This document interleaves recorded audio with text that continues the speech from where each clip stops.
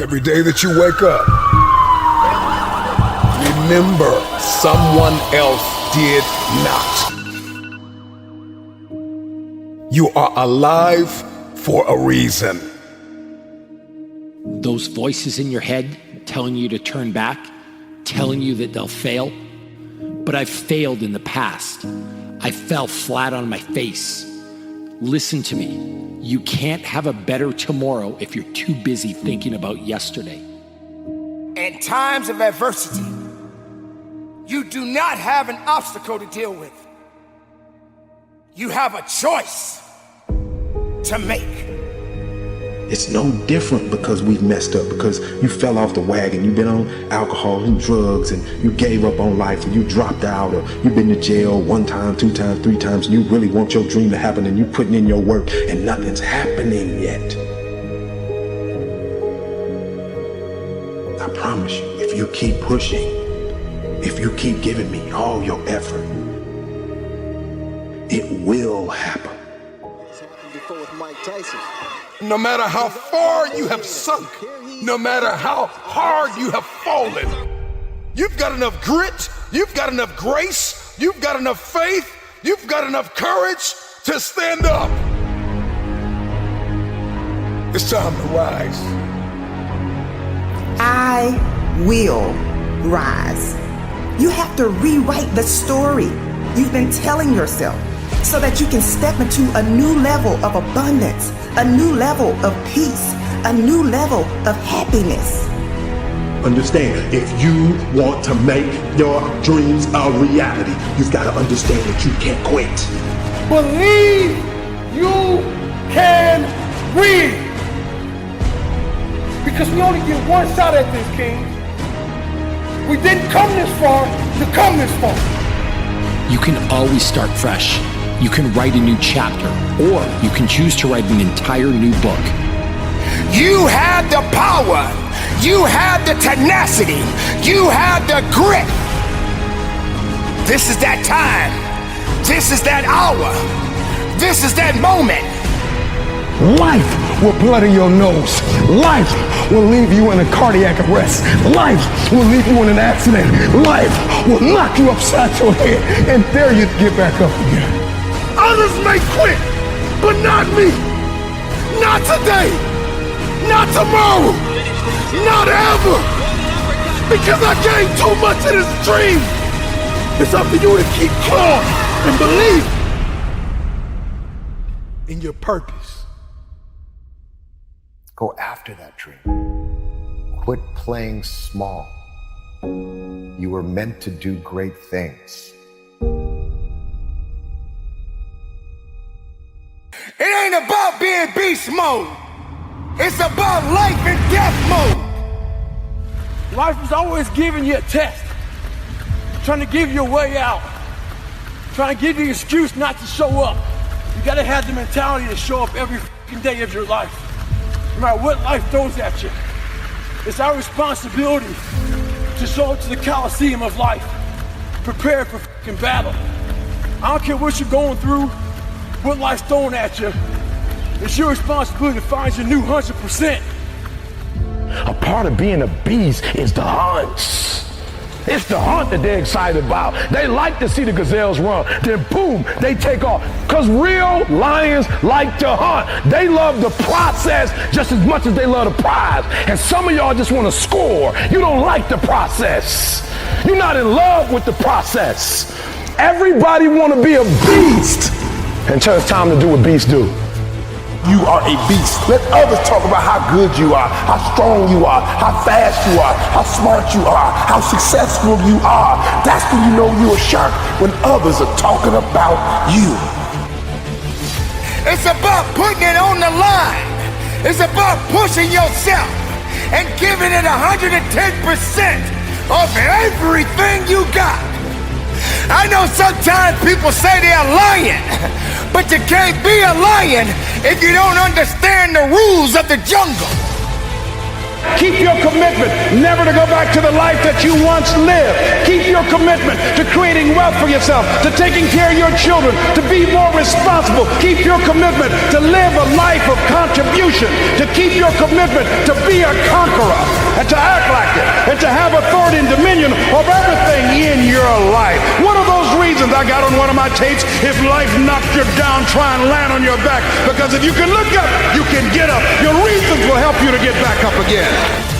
You're going to face no and rejection every day, but if you're hungry enough, the world will make a place for you.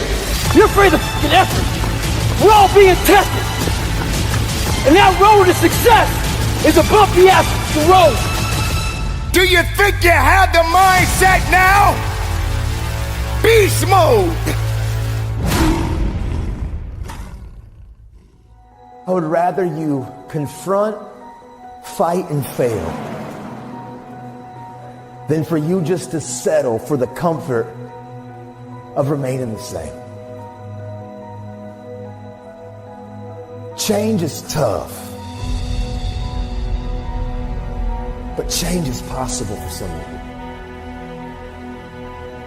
The world's not going to become easier all of a sudden.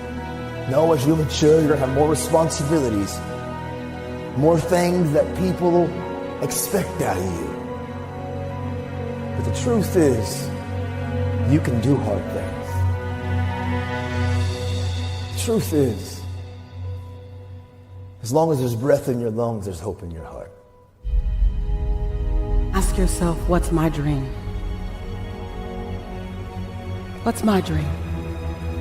You think you're just here to work on a job, pay the bills, keep a roof over your head, a car note, and then die? Come on, give me a break. Raise the bar on yourself. Challenge yourself. Decide you're not going to be the same person. I want you to have the mindset that you're going to live an expanded vision of yourself. And you're going to go all in. I don't know your name, but I know you have a dream. You may be listening to me in your closet, your bedroom, the gym, the car, the bus, the train, the plane. I don't know where you're going, but I know you are going somewhere. You've got a destination. Keep a no excuse mentality. Then the sky is not your limit. The sky is your starting point. I never get turned off. Every single day, I want my destiny. I want my dream. You've got to have this vision of yourself beyond your circumstances. You've got to see yourself every day. I can do this. I can make this happen. I'm blessed and highly favored. Good things are supposed to happen to me. You've got to see yourself every day and get out of your mind those old thoughts, that old belief system. Every day you've got to sell yourself on that it's possible. You want to go somewhere you've never gone? You got to do something you've never done. You got to say something you've never said. You got to go to a place in you that you've never even been. You're not sentenced to this life this way. You chose it. Better get some dog in you, or you ain't gonna make it. Judge a person not by what they accomplish, but what they had to overcome for their accomplishment. People that are hungry have zero excuses for not pursuing their dreams.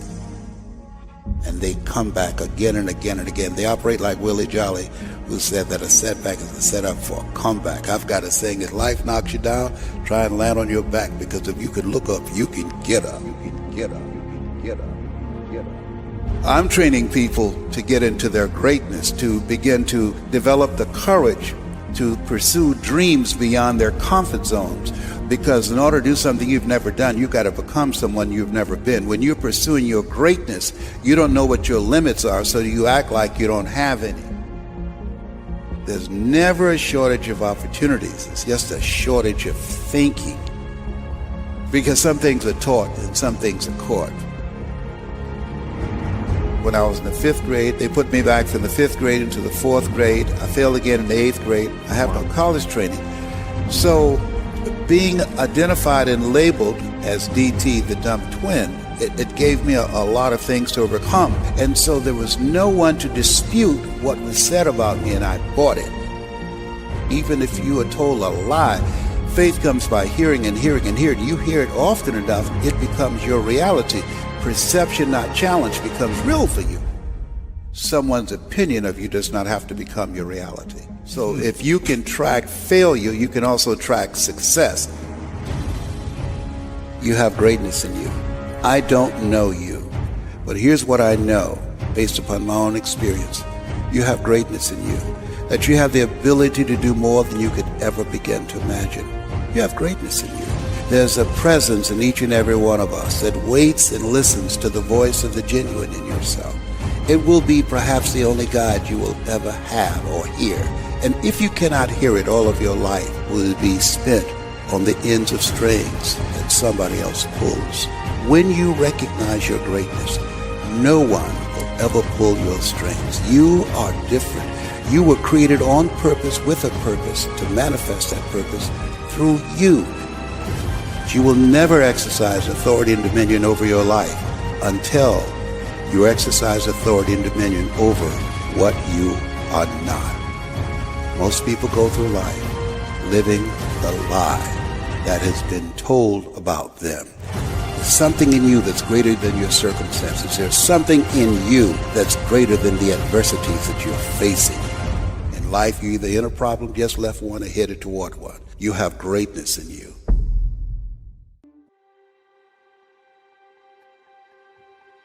Run towards your dream. I want you to know something, that the bigger your dream is, I want you to understand the harder the grind. Ask yourself, what's my dream? What's my dream? What are you willing to do that you've never done before? What are you willing to say that you've never said before?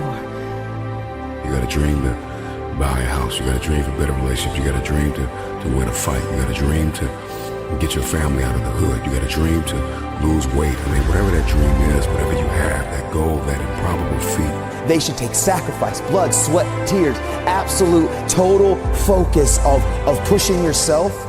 And if dreams and goals are coming easy, I submit to you, it's time for you to ratchet up what you're going after, because you can achieve more. Start with nothing, high school dropout. Start with nothing, homeless. 12 years to get a 4-year degree from the university. Start with nothing if you are willing to grind. If you came from a place where you had nothing, that's everything that you need. I kept running toward my dream. Unreasonable results in your life, like living your dream and taking charge of your destiny, you've got to be an unreasonable person. The dream's got to get bigger than the disappointment, than the fear, than the anxiety, than the overwhelm. It's got to get bigger, the dream. Once that dream gets bigger and you get a scent for that dream, you start to smell that dream, there's nothing on planet Earth that can stop you. You become armed and dangerous. You are the most dangerous individual on planet Earth. What do you do when you're not the only one that wants to make $1 million in your company? You're not the only one that wants to be the president. You're not the only one that wants to be the CEO.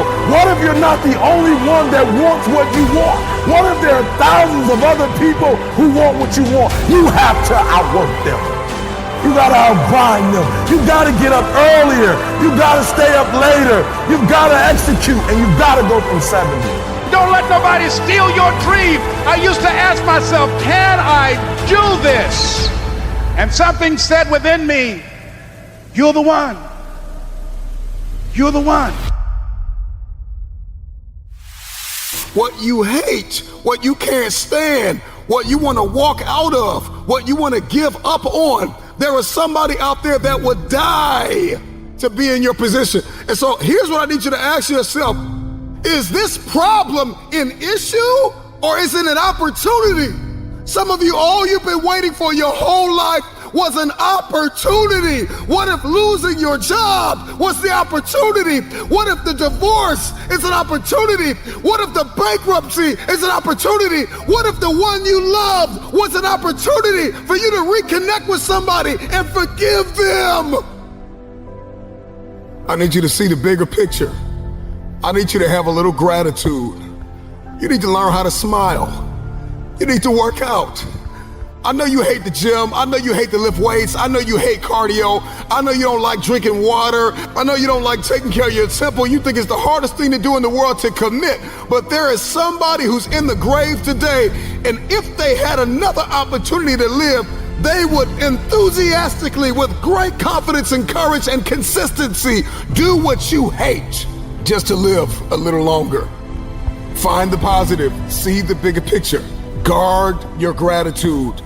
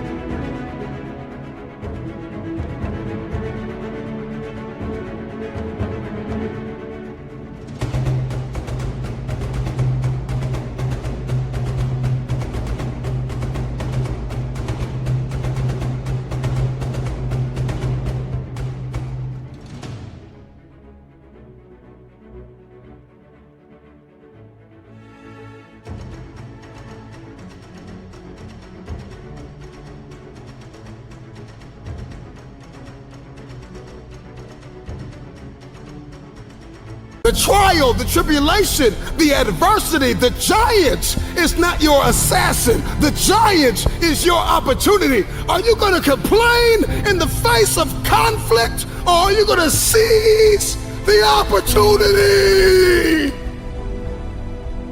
I don't care what it is that you're trying to achieve, what you're trying to accomplish, what you're trying to give, how you're trying to evolve, what you are looking to become. Everything rises and falls on your perspective.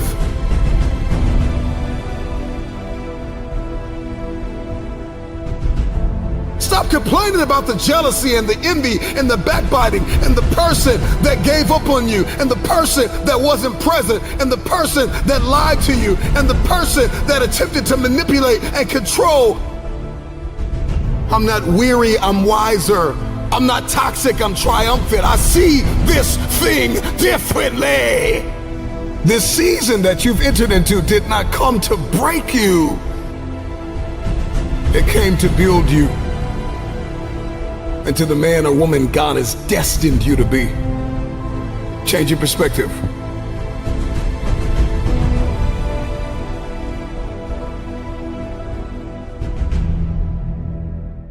Everybody wants to be a beast until it's time to do what beasts do. I never looked at things as problems. I look at them as opportunities. Who teaches you to be a man? Greatness is not something that you meet once.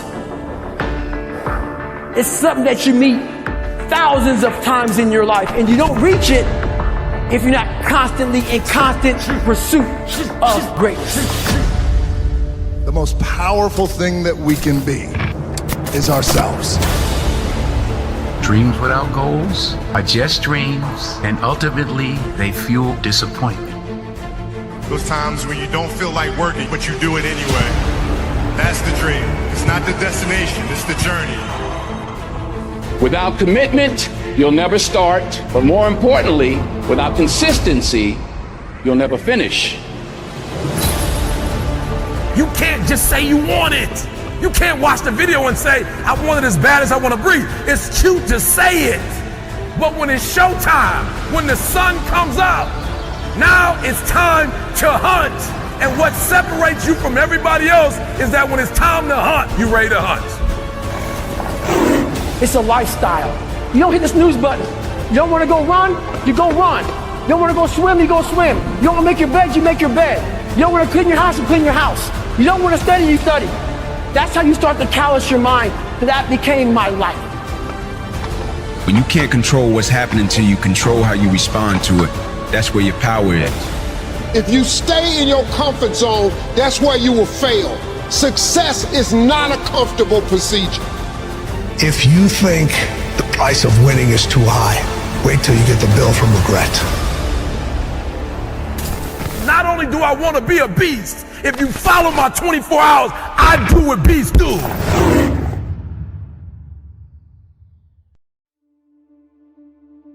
Every day that you wake up, remember someone else did not. You are alive for a reason. Why on earth are you here? This is your day. You've got a window. You've got another 24 hours because you may not make it to tomorrow. And I'm just wondering what you're going to do with the day. The reason why days often feel meaningless and mundane is because we are directionless. You got to get some direction. I'm just wondering, what are you going to do in this next 24 hours that you did not do? I'm just wondering if you're going to level up 2 millimeters more than you did yesterday. Are you going to get better? Are you going to get stronger? Are you going to get wiser? Are you going to see this thing differently? I'm just wondering, when are you going to see the power of 24 hours? That you did not have to wake up, that God did not have to give you another opportunity to be here, another opportunity to forgive somebody, another opportunity to let it go, another opportunity to look up and get up. I'm just wondering, when are you going to seize the opportunity? Accept where you are. Get cognizant about your money. Get cognizant about your relationships. Where are you mentally? Where are you spiritually and emotionally and financially and economically? Are you driving what you are destined to drive?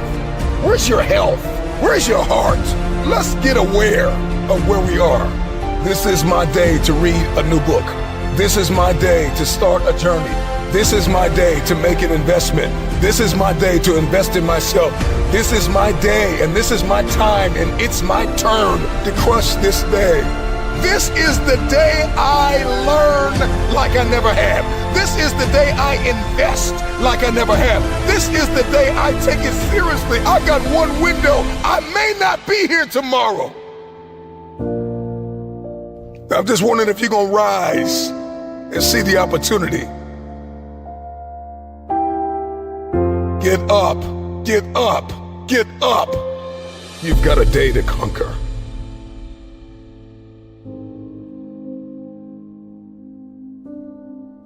If the day's going to be good, I got to heal from the mistakes that were made yesterday.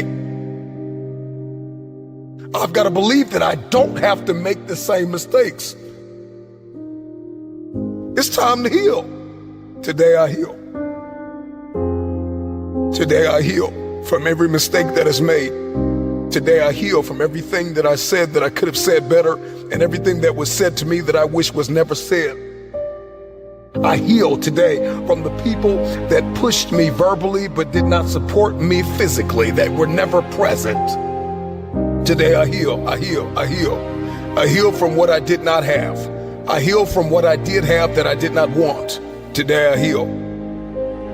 After we heal, we have to acknowledge what went wrong. What could I have done differently? What boundaries did I allow to be breached? Relationally, financially, with my investments, with my mindset. Where did I put my energy and I didn't get anything back in return? It's like investing in a vending machine with a sign on it that says out of order. And I'm convinced that many of us invest in people and places that are just simply out of order. And this is why we're drained. And this is why we're tired. And this is why we're weary and well-doing. And this is why the day is mundane and it's the same old, same old. Something's got to change with you. I'm just wondering if you're going to repeat the cycle. If the redundancy of mediocrity is going to continue. We've got purpose and we've got fulfillment and we've got destiny breathing down our necks. Let's accept the truth. This is the only way the day matters, is if we get aware of what's happening and what's going on.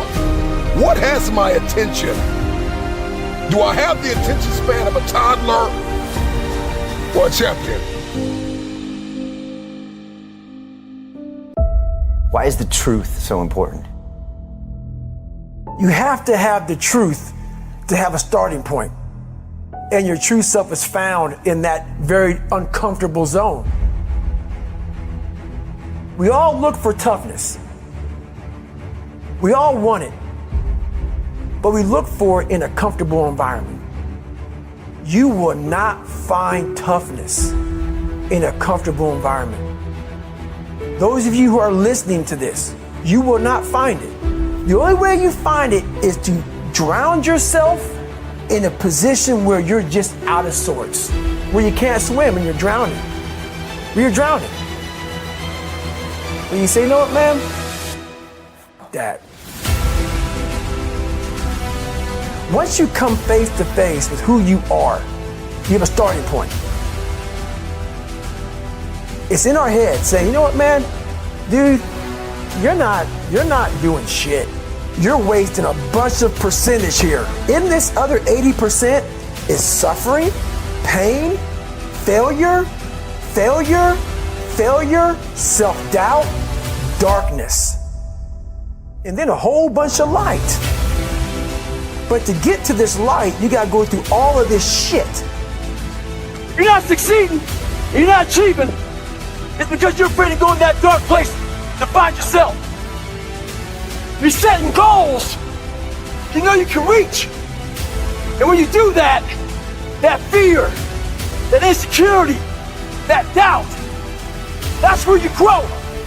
You must always set goals that you think you cannot achieve. And in there you get better. When that alarm clock goes off at 4 or 5 in the morning, your mind says no. You just say, this is what we do. It's what we do now. Because to get to where you want to go, the amount of pain involved, the amount of mental pain, of how many times you're going to have to do something that you don't want to do to get to where you want to go. Every day, you must ask yourself, did I do enough? And then once you do this over and over and over again, it becomes like breathing. I don't want to live this lifestyle, but to get to the other side of this, I have to. So if you really want it, you realize what trying is and what trying is not.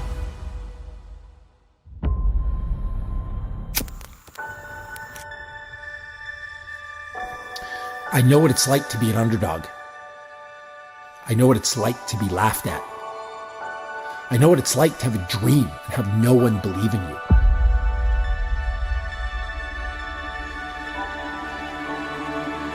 It means nothing. It's all in your head. You see, these people, the ones who laughed at you or told you that you can't, they aren't you. They don't have to wake up every day and feel how you feel. They don't have to hate the reflection they see in the mirror looking back at them.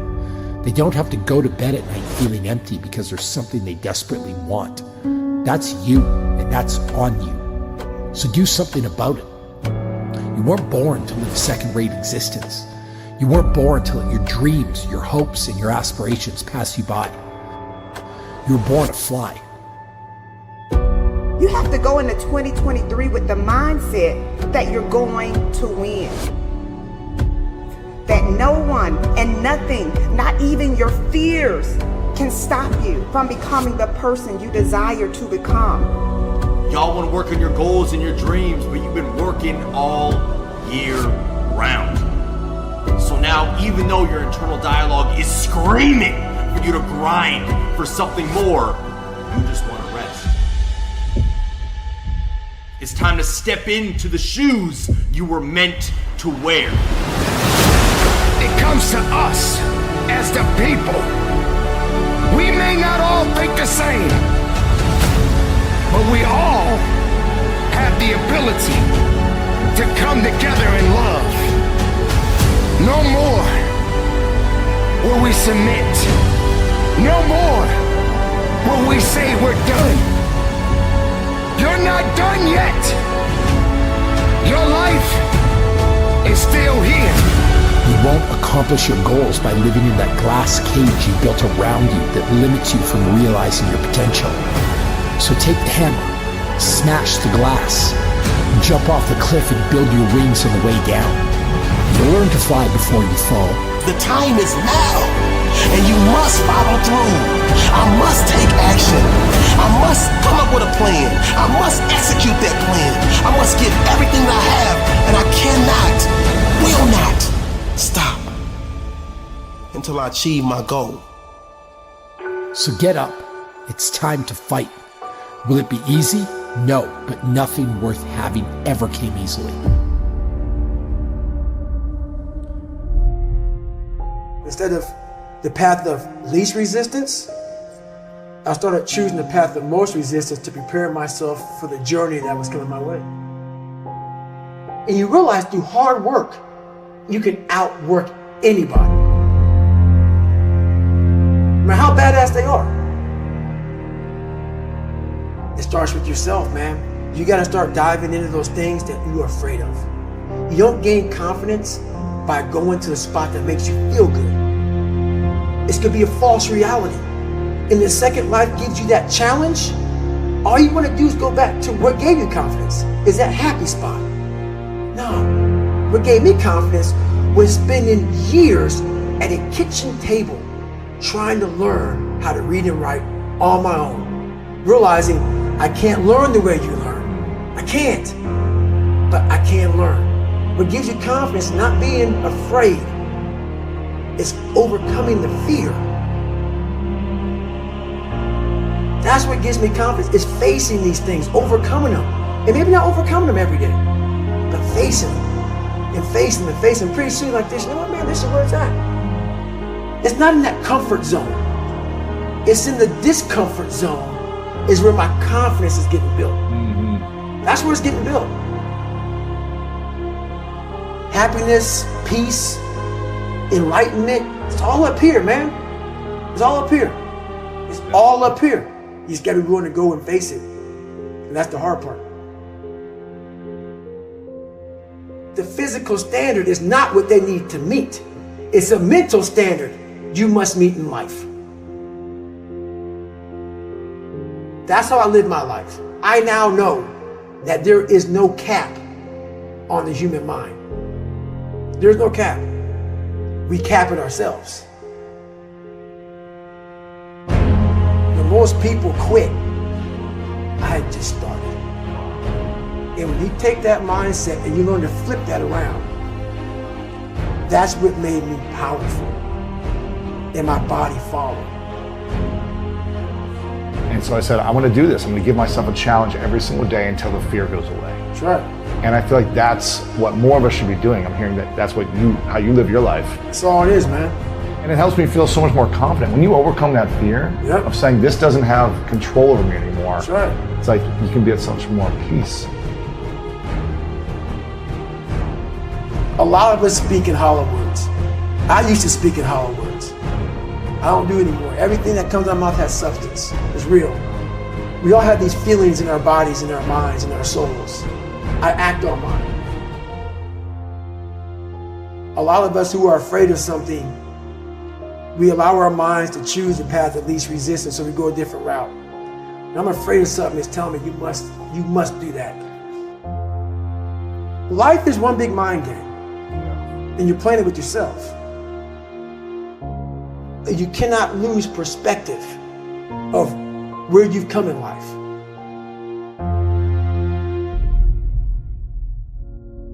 I'm trying to give people a different thought process of life, where failure, hell, disappointment, discomfort is a great learning tool.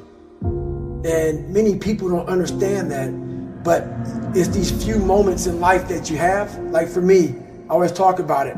Rocky 1, round 14. That 1 2-minute and 13-second clip of Rocky getting up when Apollo knocked him down.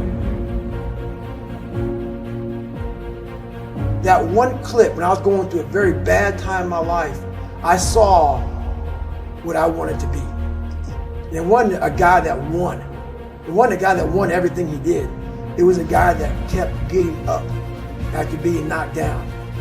So I realized if that 2 minutes and 13 seconds changed my life, that's all it was.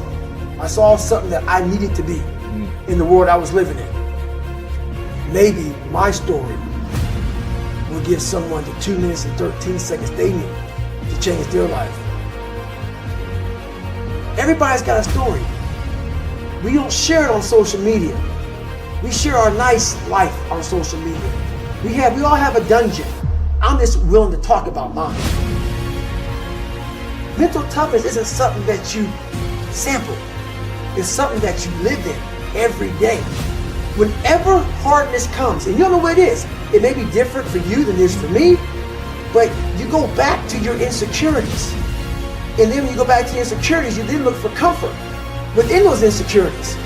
And we all look for that cookie that your mom used to give you when you were sad, when you were sick. We look for our wife or our husband. We look for comfort. It's in those moments you must retrain your mind to think differently in health. The mental standard is you must know how far you've come.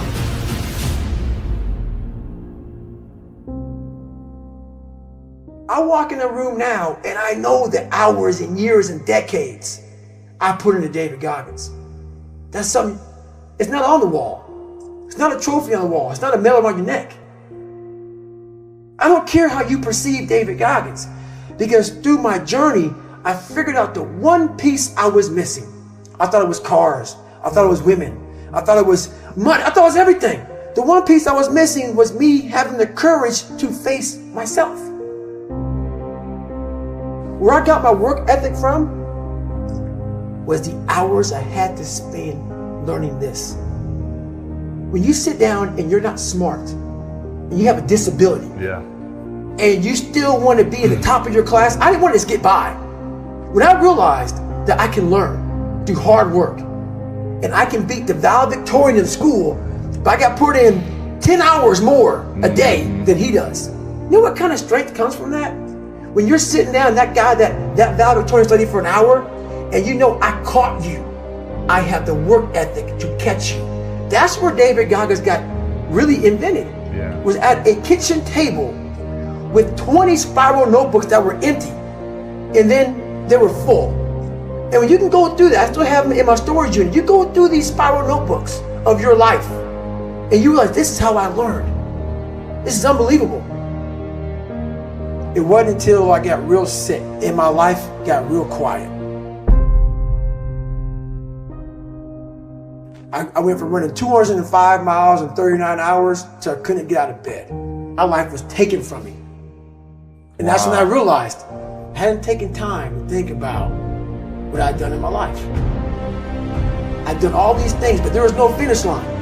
I finished a race of life, and I wouldn't even receive my medal. I'd go on. I get in the car and I go. When I started figuring out life, that I was leaving so much in the tank. Once I realized, my God, man, I was this dumb, fat kid being bullied, and now I'm a 180-pound person who lost 106 pounds in less than 3 months. Learn to read, learn to do this, learn to do that. I was like, I need more. I was fueling my mind with everything. And I never took time to say, my God, you came from this hell, and you're here. I had come 8,000 miles from where I started. But if you never know that, you're still in the $7 a month place. So it's that quiet place. It's that place by yourself. It's those hours and years and decades by yourself in the grip of life. When life has you by the throat and choking you out, and you're sitting there calm because you're trying to figure it out. You're not panicking. You're not quitting. You're not throwing in the towel. You're saying there's a way around this. And when you figure it out, when life has you gripped in a vice, and you can figure that out, that's when you overcome. That's when you overcome. The journey getting there was harder than going through it. Yeah. You know? So that's the whole thing about life, man. It's that journey that makes you who you are.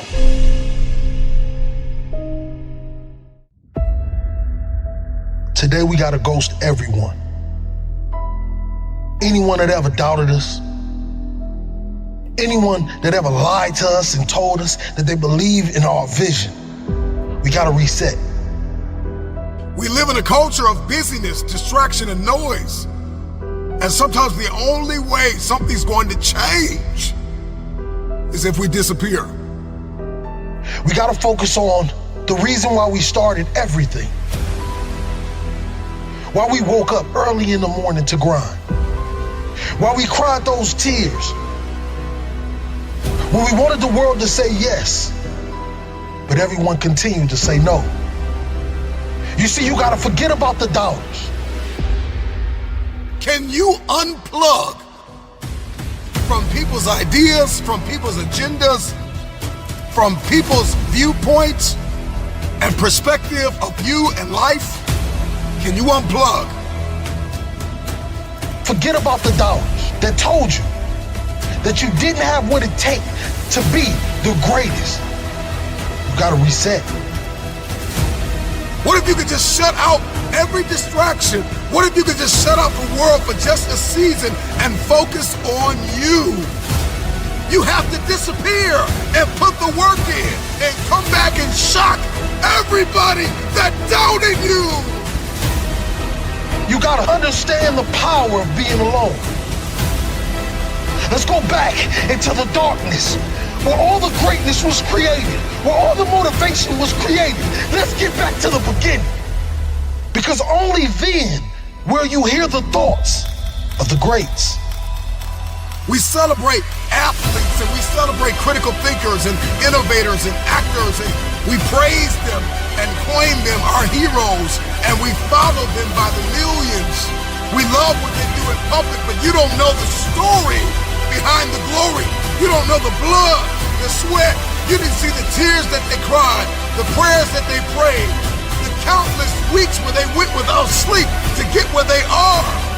I'm just wondering if there's anybody here that is willing to go through the process in the dark room that prepares us and equips us for the stages of destiny.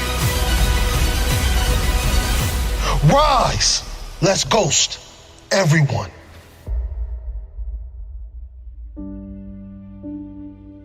You gotta get back to that child that wanted to dream, that wanted to chase everything the world told him that he couldn't have. Yes, we gotta reset. We're surrounded by the noise. We're surrounded by the social media, the Instagram, all of these things that give us no fulfillment. And the reason why you feel this way is because you've been surrounded by negativity. You've been surrounded by individuals that call themselves your friend. But in all reality, they're just another energy drainer. They're just another person that wants to tell you that you cannot accomplish your dreams because they failed at every obstacle they ever tried to defeat. Let's go back into that hole. Let's go back into the darkness.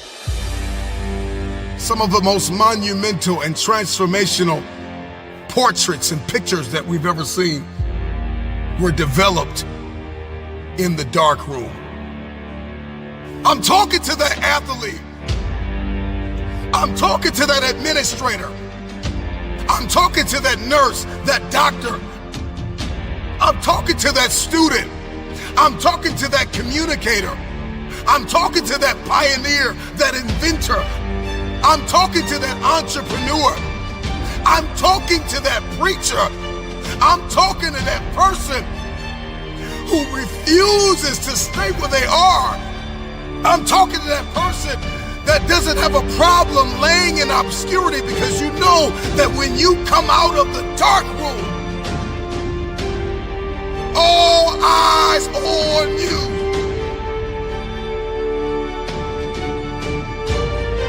Rise from that ghost state, a new man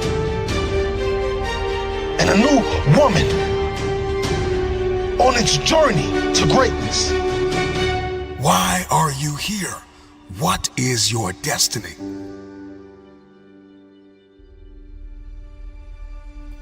I got a question. What will you do when no one is watching? What will you do when no one is listening? That's the only time that we'll be able to bring something to this world that it never seen before. One of the greatest challenges with disappearing is understanding the revelation of building in the dark. The secret of change is to focus all of our energy, not on fighting the old, but building the new, and specifically behind closed doors when nobody's looking, when no one is there to affirm you, when nobody's there to validate you, when nobody is there to agree with you, you build in the dark and you announce it when it's finished. Let me tell you, you're gonna fight until you can't fight no more.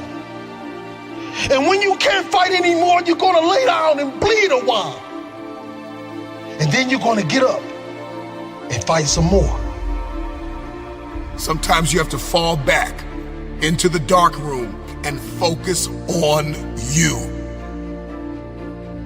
There are too many people in your life who have left you. There are too many people in your life who have counted you out. There are too many people in your life who have whispered in your ear and said, you'll be worse off without them. Prove them wrong. There are people in your life that claim to be your friends. And honestly, they are just standing there waiting to see you fail. Yeah, you have those friends that come out to support you and tell you how great you are. But when they're driving off, leaving from the event, they're saying to themselves, I can do that better than him. Or I can do that better than her. Disappear and do the work that is required. Sometimes you gotta take a break from just about everything, disappear, come back, and shock the world. You've been surrounded by individuals that call themselves your friend. They're just another person that wants to tell you that you cannot accomplish your dreams. Are you worth my time? If you're not, it's time to unplug. Time to unplug. Time to unplug. This is the process when you have to reset and when you have to ghost everyone.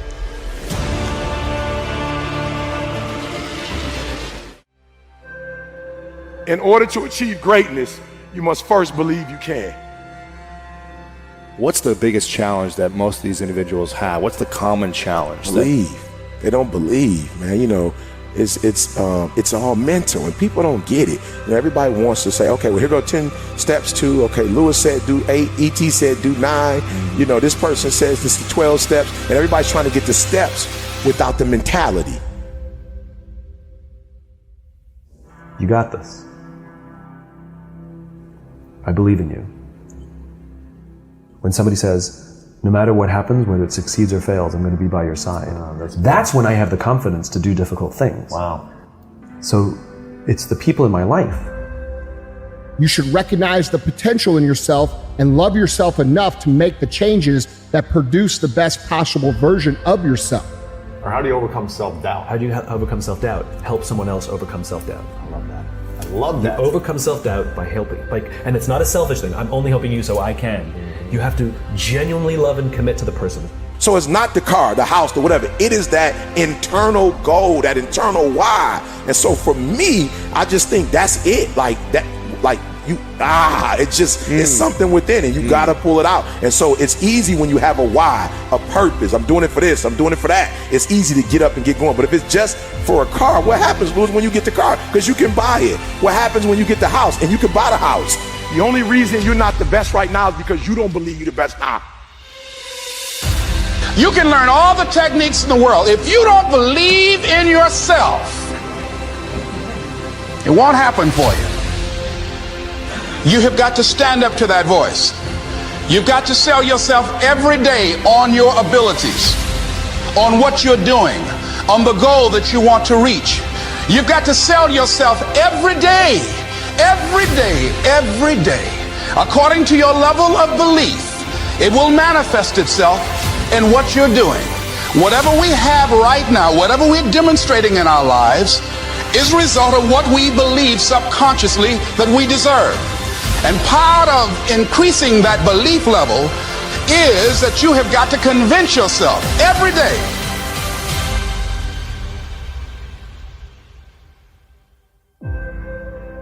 I believe I'm the best there is. I ain't apologizing for it to anybody. I think I'm the best thing since sliced bread. If you can't do it, you scratch, claw, and even die trying.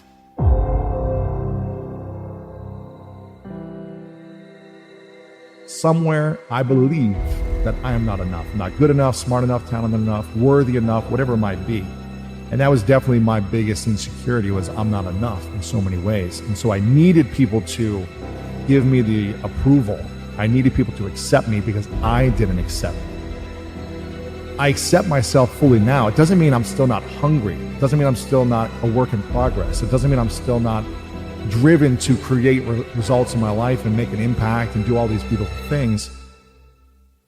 But I've finally come to myself after literally 10 years of different healing modalities and processes and making big mistakes and learning and growing. I finally feel at peace with accepting myself. From that space, I feel like I can do anything, no matter if people talk crap about me. It doesn't mean I have to like it, but I can still do it and not be afraid of that. And that's really at the core of the greatness mindset, is identifying which fear holds you back. Because I believe self-doubt is the killer of dreams.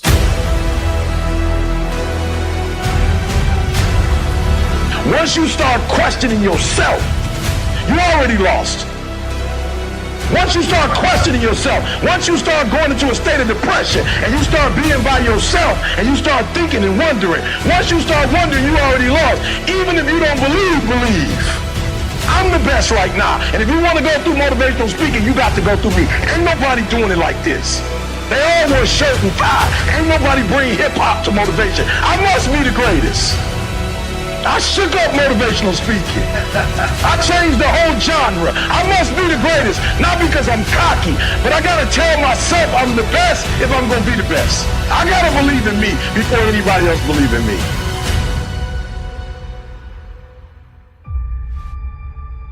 On Christmas morning, when I unwrap my camera, I actually don't believe in my ability. So much so that I say I can't even open the box to this camera until January 1st, because in the new year, I'm gonna be a different person. So that should just really betray the lack of belief that I had in myself to begin with. So then it was opening the camera and saying, I told my husband, I'm like, oh, I think you got me the wrong battery. No, it was just me putting the battery in the wrong way. I had no idea which way was up.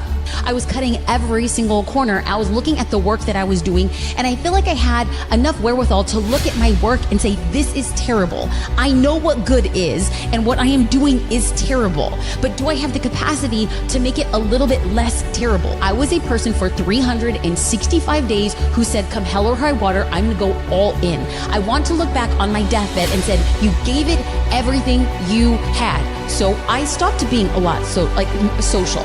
I didn't do extracurricular activities. I woke up earlier, I went to bed later. I don't think that's a lifestyle, like a permanent lifestyle, but at the time that I gave myself 365 days, there's no more messing around. There was no more excuses. You have a story. You know, you have a unique experience. And so your 12 are shaped by not just your world, but how your world has shaped your thinking. And I think that's the part that mission is like, guys, if it was easy, everybody could do it. If it was a cookie cutter, everybody would just follow it to the T. But there's a mindset. And when I looked at Serena, when I look at the Michael Jordans of the world, Tom Brady, when you look at Michael Phelps, like it is a mentality. It's the consistent actions of doing the hard things, or just the things you say you're going to commit to, and completing those things, which build the confidence and the belief in yourself. A lot of people that have these issues of the self-doubt is because they have not put the work in to have the belief in themselves that they can accomplish whatever it is. The reason why you're not taking advantage of this opportunity is not because you don't believe in it, you don't believe in you. We suck at first, but I just kept going.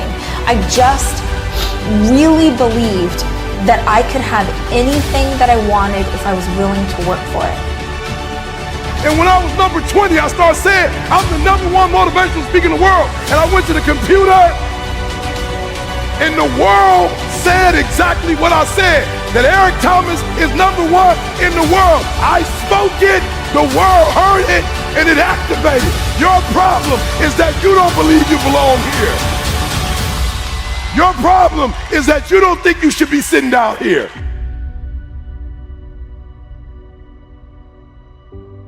Listen to me very closely. If I had one message to leave you with that's a game changer, is you need to start to believe. And I, for one, I can tell you, in my own experience, my own self-confidence, 100% comes from the relationships that I have. It's not some deep internal fortitude. In order to achieve greatness, you must first believe you can.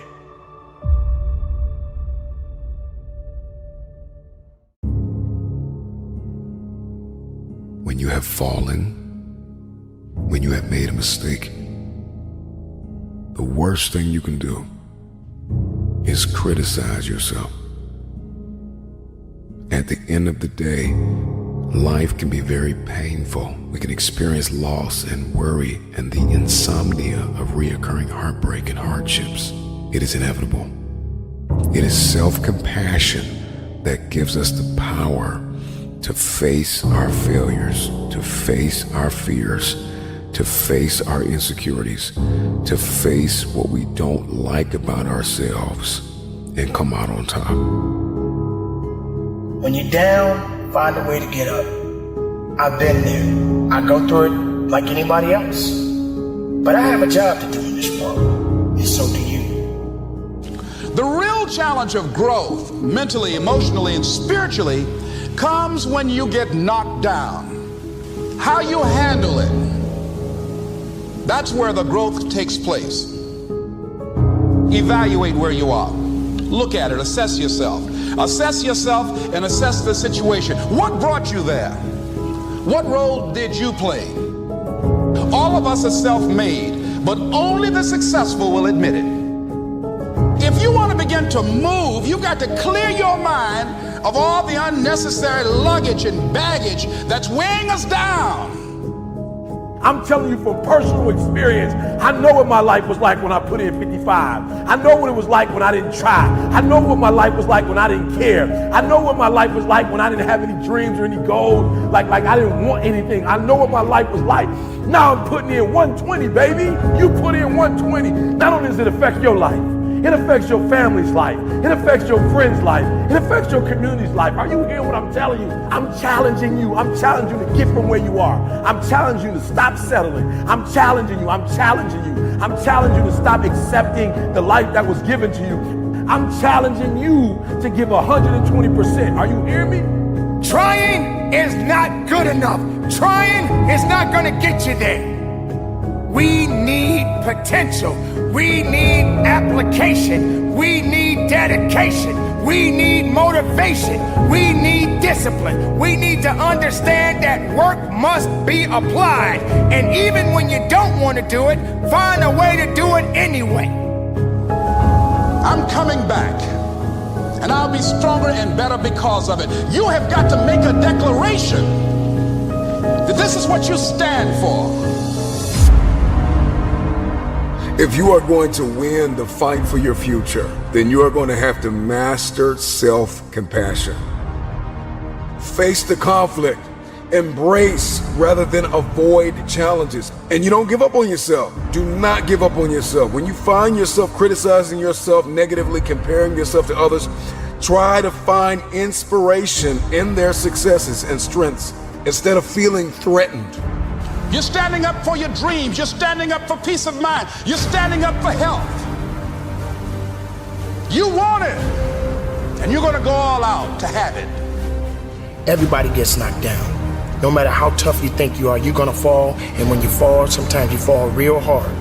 But that ground is a hard surface. And I'm going to tell you something. It ain't going to move because you're laying on it. So you need to rise up and you need to rise above it and you need to start moving. Sometimes you have to back up and go within and pray and meditate and recharge your batteries. Go away, clear your head, and then come back and look at it from a different vantage point. Don't operate while you're under the spell or the effect of what's going on. Stop half doing stuff. Stop putting forth 50% effort, 60%. Look, stop. Do it right or just don't do it at all. Are you hearing me? Do it right. There's a lot of people walking around today. They have unchecked rage, unchecked aggression, unchecked anxiety, fear, insecurity. You're going to have to care enough about yourself to face it and find a resolve. You got to find out what's the next things you need to be doing. How are you going to push it to that level and go beyond it? How are you going to maximize your time? How much energy are you going to put into this craft? Everything you have, everything you are, everything you're doing, like it's 78. And what I need you to do is I need you to look at yourself in the mirror and say, come on, quit, stop playing. I deserve to see what my life would look like if I gave 120%. Stay dedicated. You got to keep on pushing forward. You got to keep on fighting the good fight. You got to put aside the excuses, because excuses won't lift you up. Excuses won't give you the power that you truly need. You've got to be willing to go against the tide. You've got to be willing to harness your will and say, in spite of this, I'm in control here. I'm not going to let this get me down. I'm not going to let this destroy me.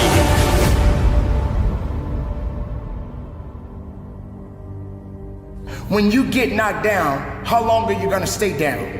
When you lose your job, when you lose that loved one, regardless if it's your husband, your wife, your child, whatever it is, do you have the ability to go through the hurt and the pain of that loss?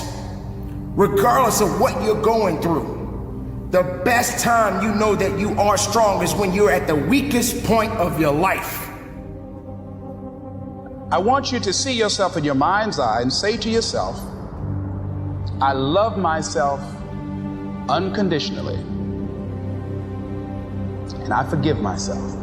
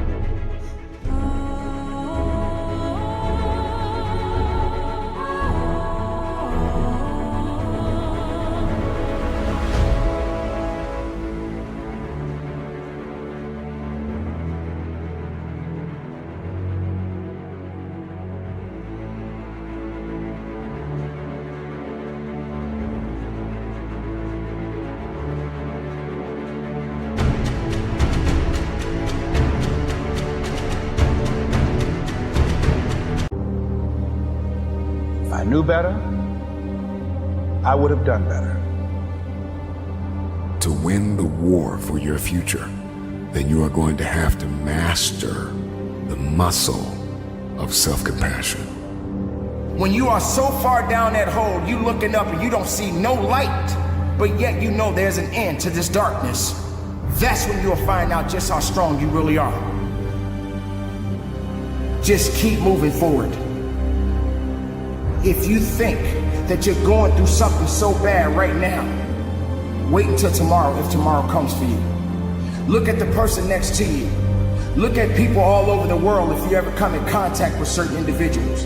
And ask yourself, are they going through a lot more than what I'm going through? Because honestly, there are always going to be people that are going through a lot more than you're going through right now. Remember the past, but do not live in the past. Every mistake you have made up until this very moment, forgive yourself. With forgiveness comes freedom.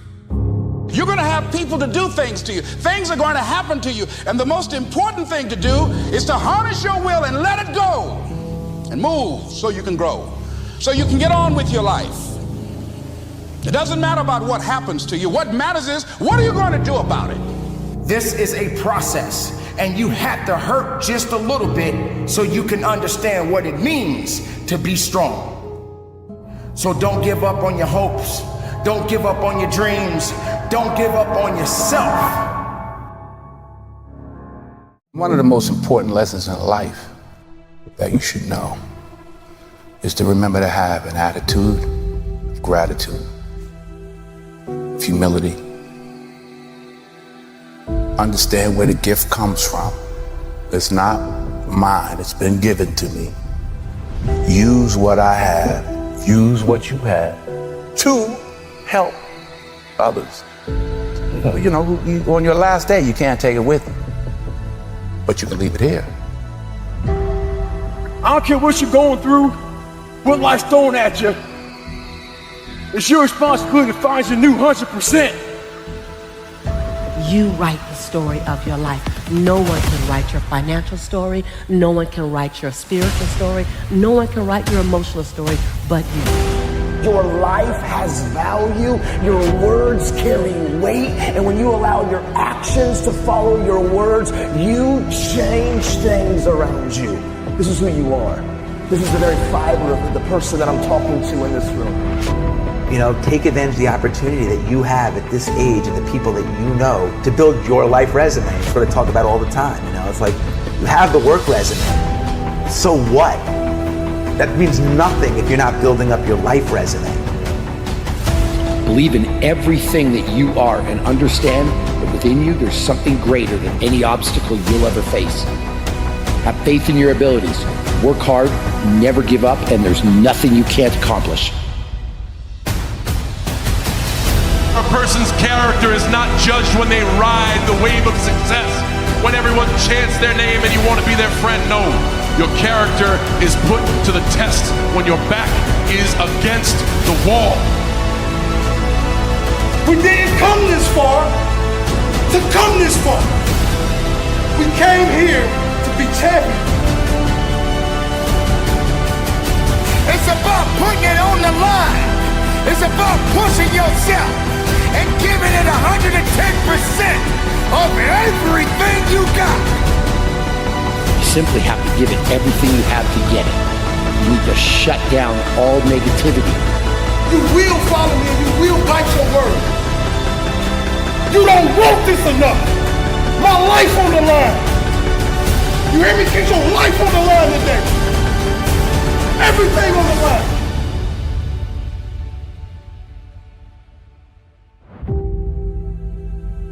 I'm going to do the next right thing, not overcomplicate it. What I feed will grow, and what I starve will die.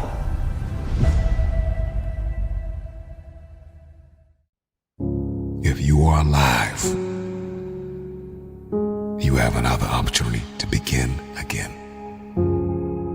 You got to get up on your own. You got to be able to make big decisions on your own.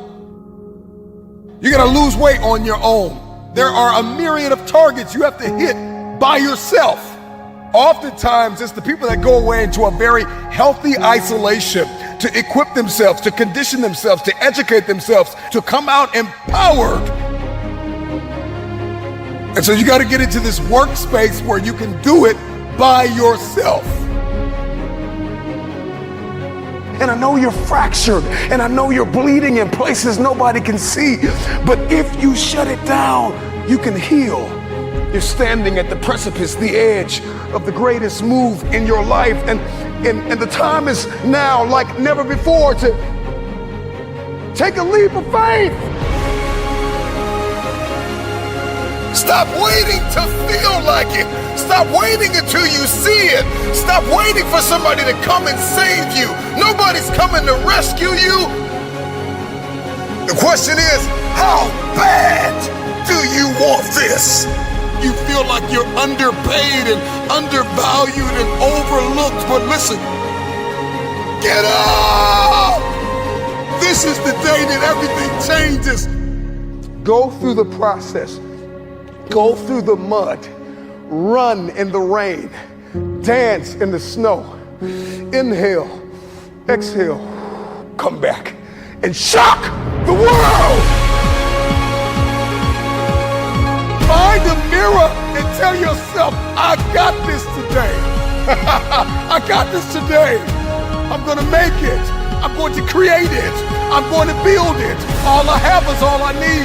Resources may come and go. People may come and go.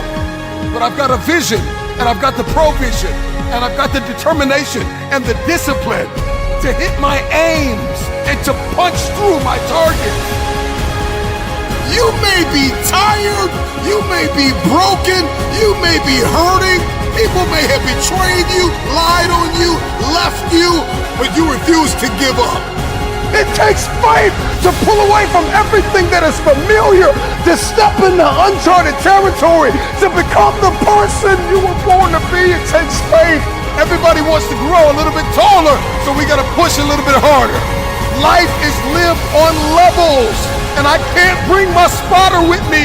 The spotter cannot walk with you all of your life. At some point, you gotta say, I got this. Push! Can you walk away from everything for 30 days? Just 1 month, 720 hours. Imagine who you could be in 30 days.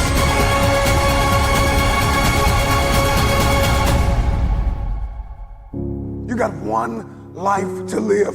Rain, sleet, or snow. The time is now. Yeah, nothing changes and nothing changes, man. You know, we'll sit around forever wondering, well, what if I was a dog catcher? Would I be the best? What if I was Every day we change the world. But to change the world in a way that means anything, that takes more time than most people have. It never happens all at once. It's slow. It's methodical. It's exhausting. We don't all have the stomach for it. What if it's a mistake? It's a mistake. Rest assured. What do you know? You're going to stumble around, right? And what's going to happen is this. You're going to not stay in stasis. You're not going to wander around in circles. And I see people like that. They said, well, I never knew what to do, and now I'm 40. It's like, that's not so good. That's not so good. And you might say, well, and there is a literature, too, that suggests that people are a lot more unhappy when they look back on their lives about the things they didn't do than they are about the mistakes they made while they were doing things. That's how they get you to give up. They say it's not that simple, Vinny. So what's the truth? That it is. I want people to understand that they're not alone, that there are other people feeling exactly the way they're feeling, that their behavior is not insane, that they have a disease, and it's not their fault. There's a very famous kind of line that people don't change.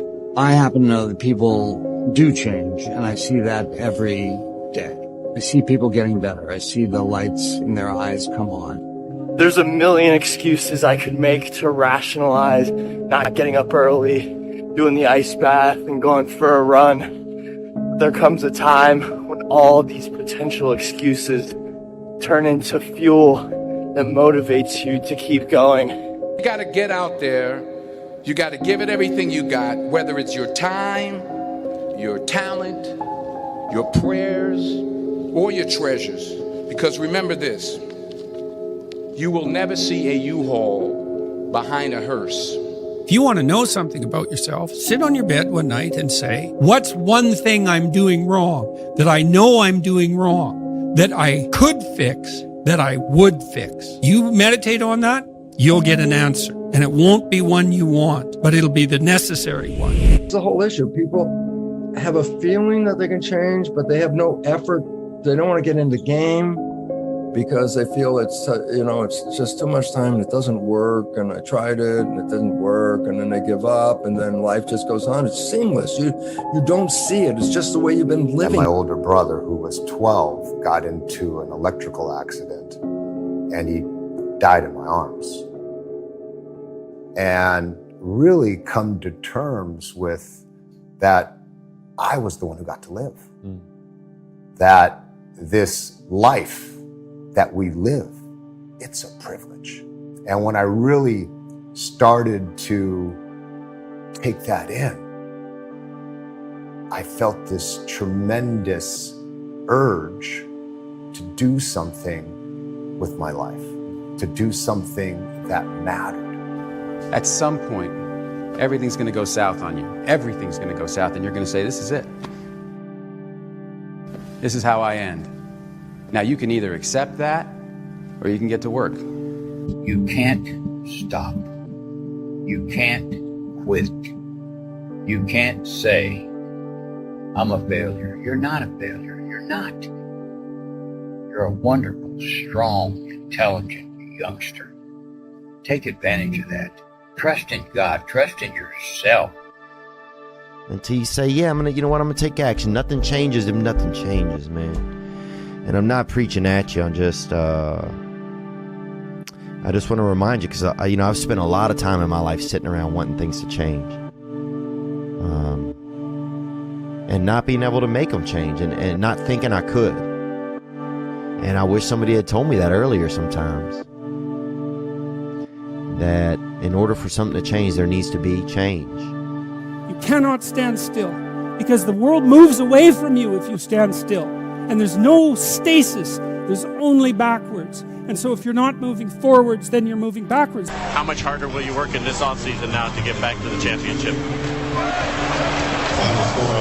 I'll push myself to exhaustion. Kobe, we thank you for your time.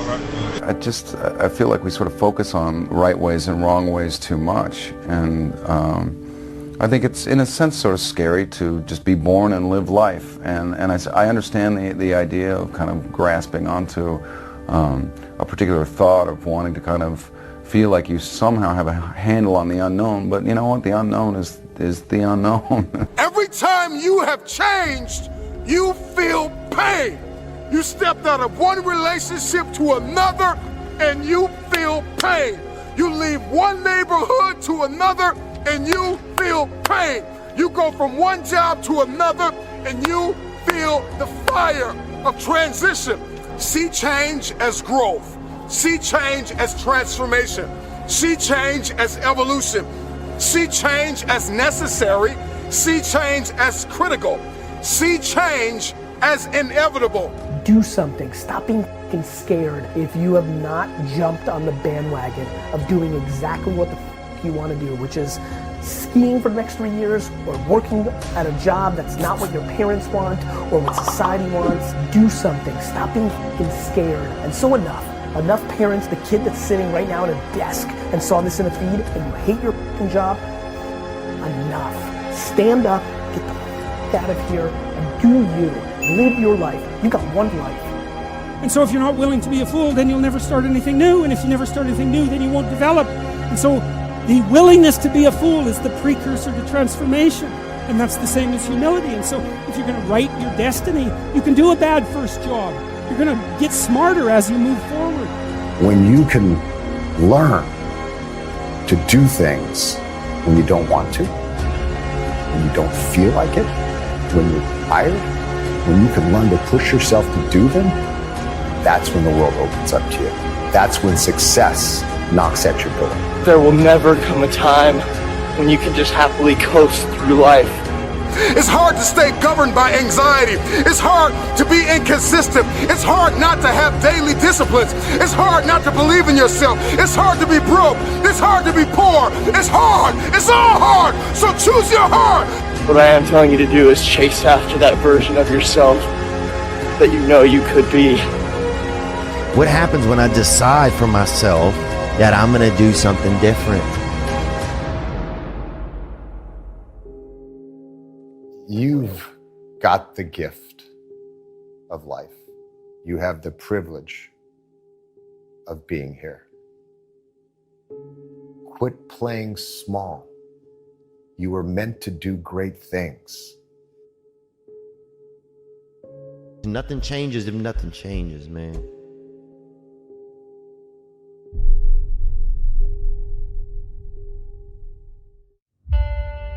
I need to constantly remind myself over and over again, I am not yet where I want to be, but I know I'll get there. It's not enough to hope to win one day. You've got to expect to win today. When you set a goal, there needs to be a sense of urgency. See, we don't have the courage, and that's what it takes, courage. It takes guts to do that which you know you need to do. If you don't have the courage to act, life many times will move on you and make you act. Life will whoop your butt so bad.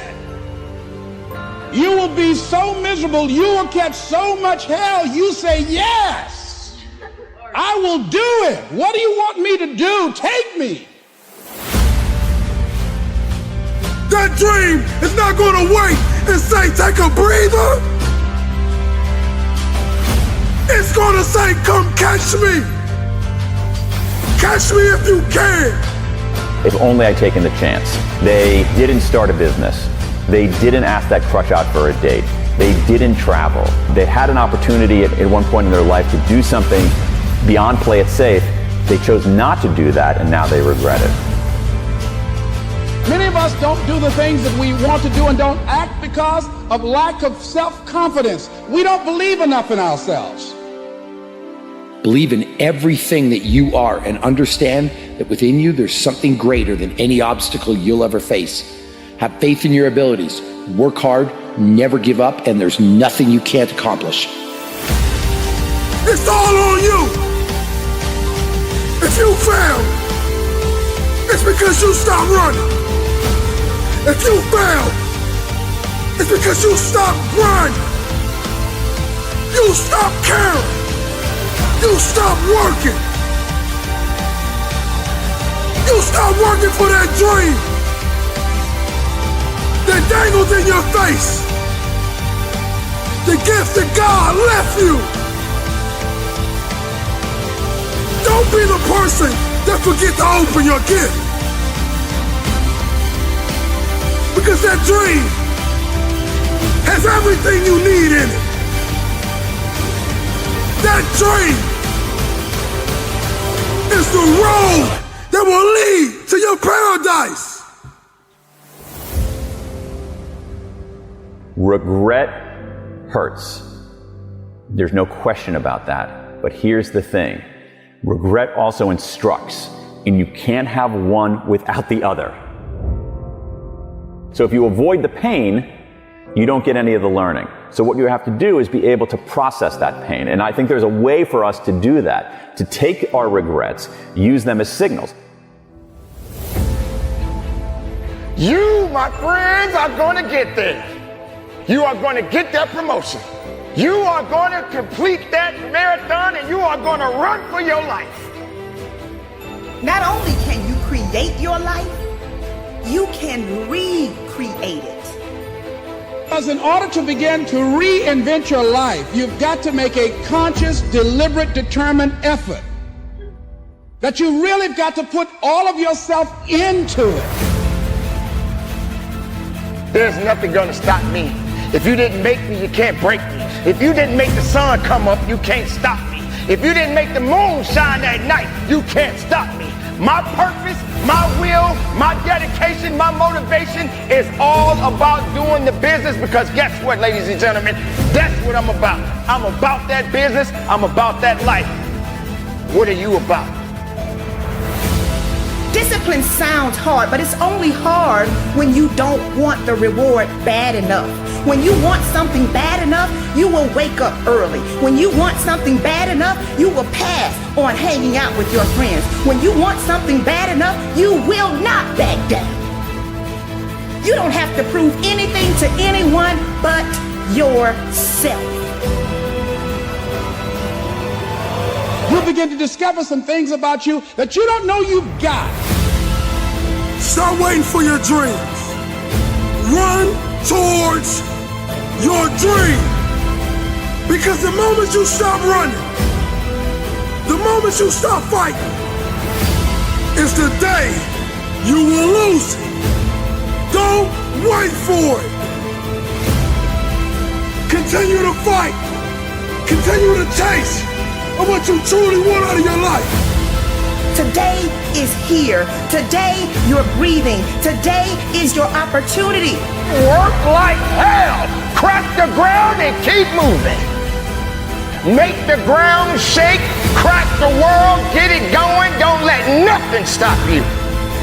When the rest of the world shuts you down, you got to be the one to stand up, shout out, cry out, stand tall, work hard, dig deep, and go after it.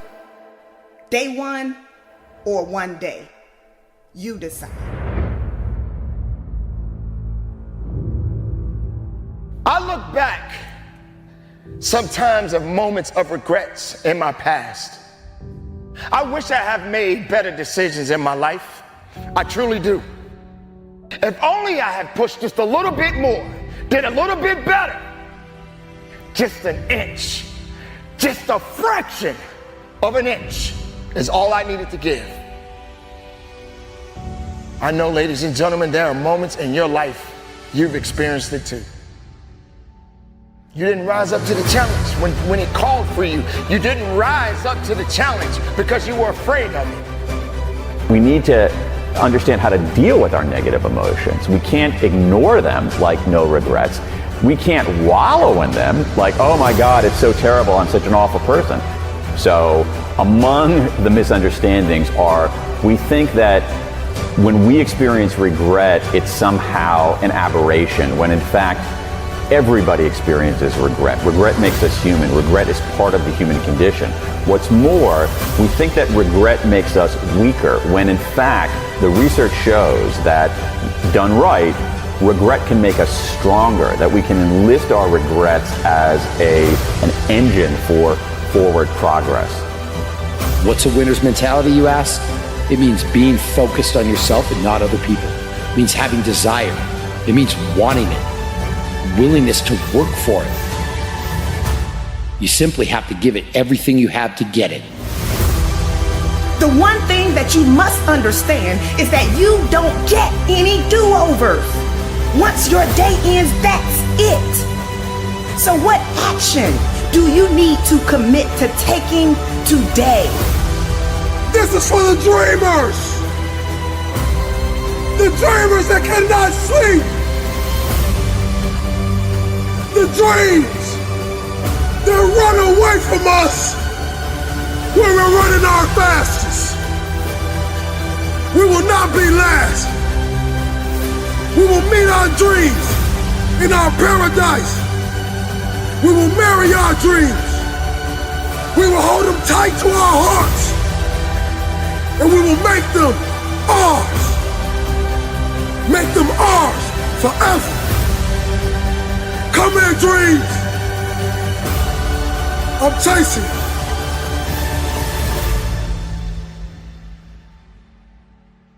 So you're better off just making decisions for fundamental reasons, doing things you care about that are meaningful and that contribute, and being alert to opportunity along the way, recognizing that the path is not a path, it's the opposite of a line. It's a messy, three-dimensional squiggle. I need to constantly remind myself I'm not yet where I want to be, but I know I'll get there. I'm the best ever. There's no one that can match me. I'm the most brutal and vicious and most ruthless champion there's ever been. They're gonna fear me. You have to be the champion before you become the champion, so that means lifestyle. You have to be him before you become him. You gotta be him before you become him. That's how it starts. You look at somebody, I wanna be like him. You don't say, hey, I'm a bad motherfucker. I want to fight everybody out here. Nobody's going to kick my ass. You see somebody and say, hey, I might want to do that. Well, greatness is when you make your delusions your reality. Nothing's impossible for somebody who's going to try. If you're going to try, it's capable of being done. But you'd fight Tyson Fury. Yeah, I'll fight a lion if the price is right. My whole objective is your total surrender, your total domination. I'm gonna destroy you. That's why Rogan said when he watched you, you were intimidating. Your rage is a very unique rage. Well, that's their fault to be intimidating. How you gonna let somebody scare you for something you worked for? I respect the person who's willing to die for what he truly wants. Ali had the will to win like nobody that ever lived in boxing. Then he believed he projected to his opponent. Really look at how does Ali beat George Foreman? How does Ali beat Sonny Liston? How do you beat these guys? How did he even beat Joe Frazier? Fighting the way he fights. He beat them because he refused to lose. But we have to believe that we're divine and that we learn from our experience, because confidence breeds success and success breeds confidence. They go hand in hand. You have to know who you are first. You know who you are. I know who I am. People say they're great all the time, you this, you that. Whatever they say, I know who I am. Without self-love, you're nothing. Because self-love is discipline. And discipline is doing what you hate to do, but do it like you love it. I never wanted to be obscure. I was born in obscurity, and I never wanted to deal with that again. I'm invincible. I'm a savage. I'm ferocious. I'm the smartest savage. I knew I wasn't going to die before I became champ. When this is over, everybody's going to know my name.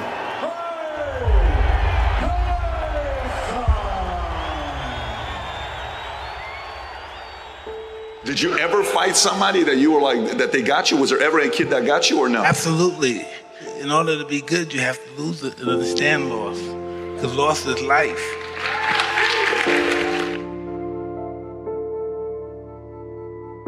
Adversity make the strong stronger or the weak weaker. 11, 12, 13, what happens next? So Get arrested, and I see Muhammad Ali come and visit the institution that I'm in.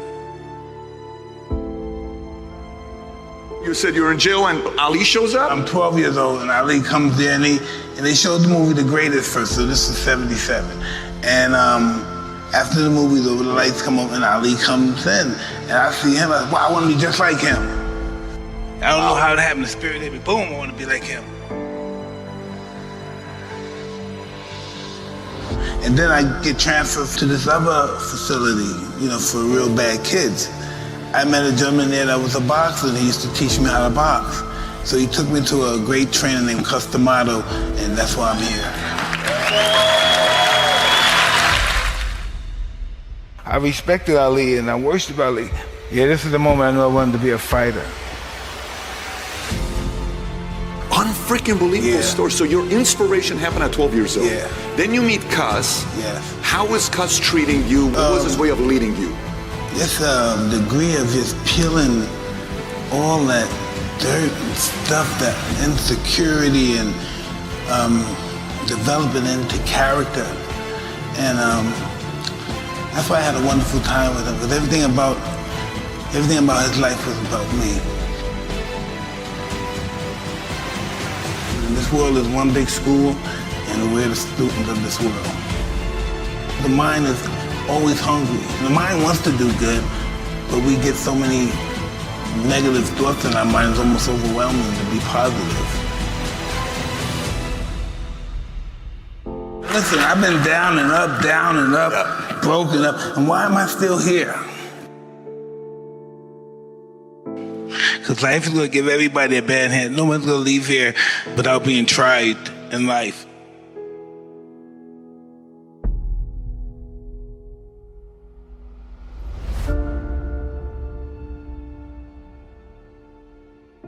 So inspiration. So is that what got you to be willing to be disciplined to get what you want, like to become a champion? At 14 years old, I'm willing to do everything it takes to be a champion? Absolutely. And then I had Cuss over there telling me why should he have it? That's one thing I never had in my life, because I always got picked on, and I never had jealousy or enviness about anything. And Cuss possessed that, you know, and he was telling me, why should he have all that money and you don't? Why do you believe that he's better than you? Why do you think he should have all that money and you don't? And he was really serious about it. And that was the competition shit. That's it right there, breathing that stuff right in me. Why should he have it and he's not better than you? How did you handle that when he told you that, 14? Would it piss you off? Were you like, I'm going to go train to whoop his ass and get there one day? What was your response to it? He said one day, this guy knew how to really get in my head.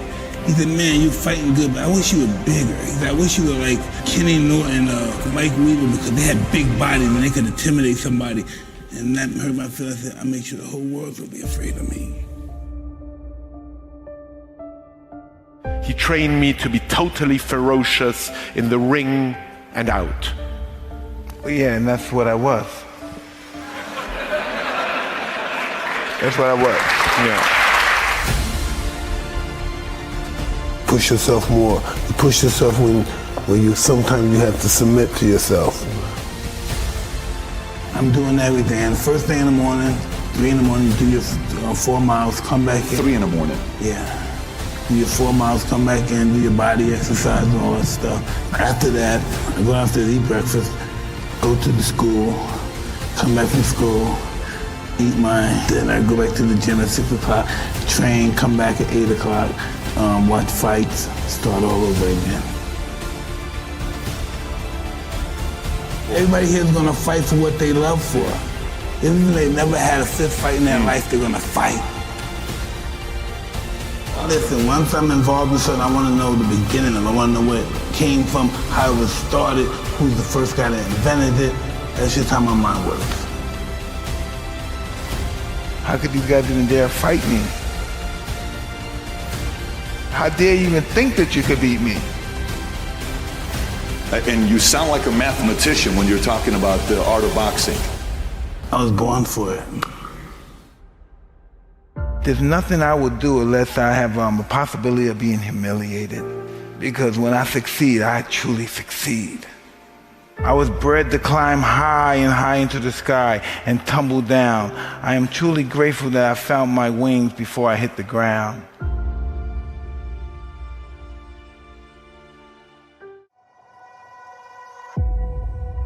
Those of you out there, you lose it and you don't deserve to lose.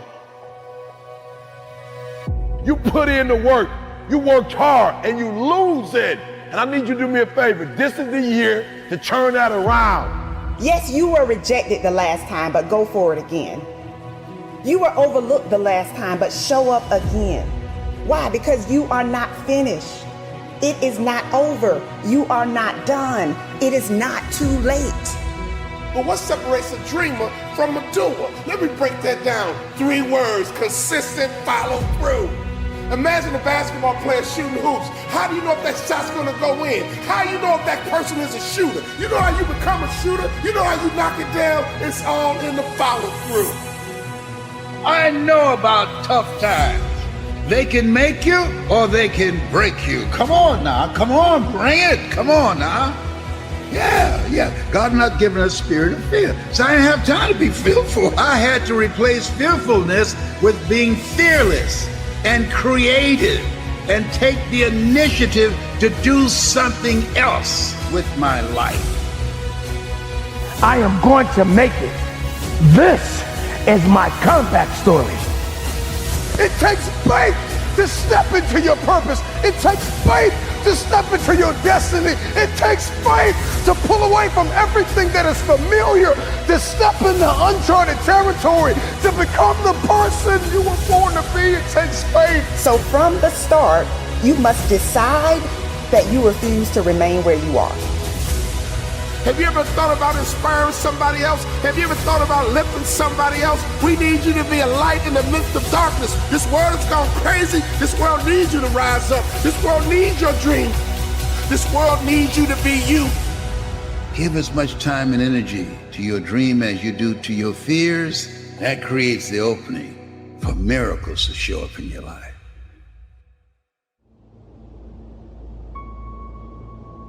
I need you to acknowledge the fact, acknowledge that you lose it. Are you hearing me? Acknowledge it, own it. Own up to the fact that I'm losing, E.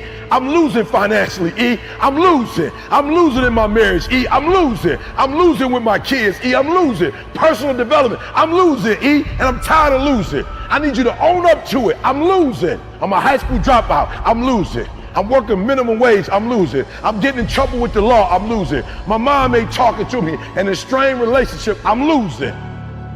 I'm asking you to control what you can control. You can control going to bed. You can control getting up. You can control being on time. You can control going to class. You can control showing up. You can control doing your homework. You can control your attitude. You can control being nice. You can control doing.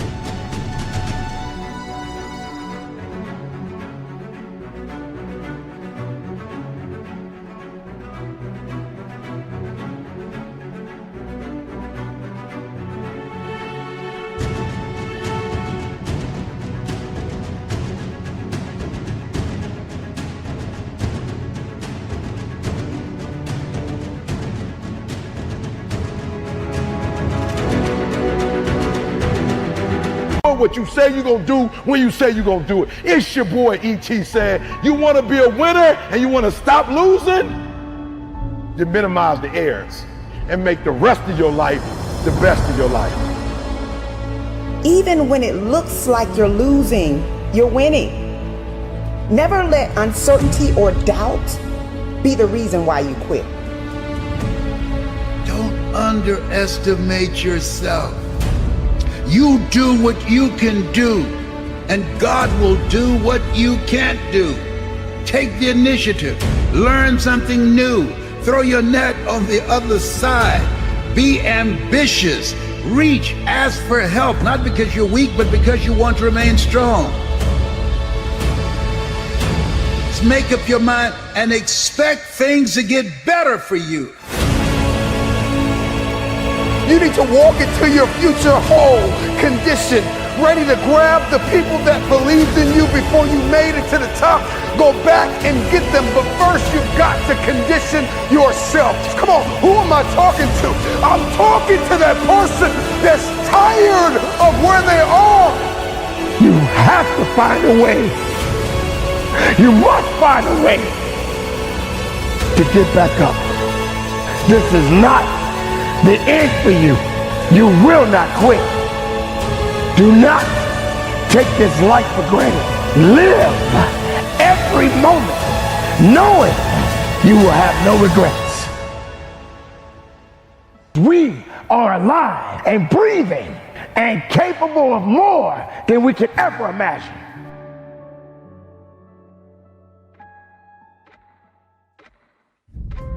See, we all have these tough moments in life.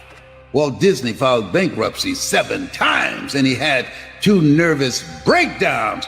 Oh, he was bent, but he wasn't broken. No.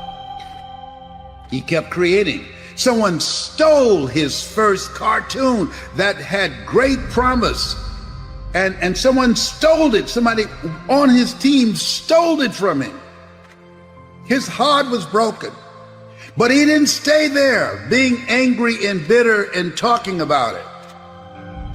He created Mickey Mouse.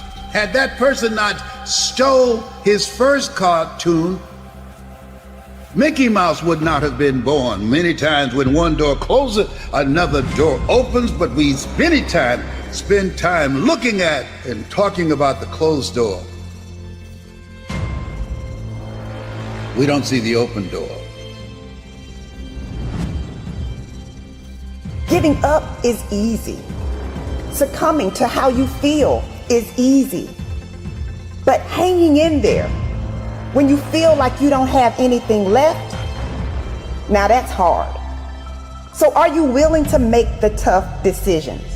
Are you willing to stretch yourself? Are you willing to get up every time you fall? If you're going to get to the top, you got to know what it feels like to be at the bottom. You got to know what it feels like to crawl through the dirt and the mud and all of the things that you don't feel comfortable in being in. What do your eyes see? What is your vision? need you to commit to it. Whatever just went through your mind right now, I need it to be big and I need you to commit. I need you to be big thinking. I need you to commit. I need you to make a plan and I need you to follow through. That is all success requires, is for you to rise up. Without failures or challenges, there could be no success. Then you will get up and you will go up. Miracles happen when you give as much energy to your dreams. A dream of picking up the pieces and starting all over again. The dream of if you get knocked down in life, try and land on your back, because if you can look up, you can get up. A dream that when a doctor looks at you and said you're terminal and you say no, you determine the diagnosis, God determines the prognosis. The dream that this has not come to stay, it has come to pass. Oh, when you give as much time and energy to your dream, to this new vision of yourself, I'll give you all your eyes can see. Focus. There's greatness in you. There's so many people counting on you. You've heard this a million times, that the cemetery is full of potential. And that's true, because that person didn't do what they needed to do through the dash. We all are born and we all gonna die. Now I'm gonna ask you a question. What are you gonna do with your dash?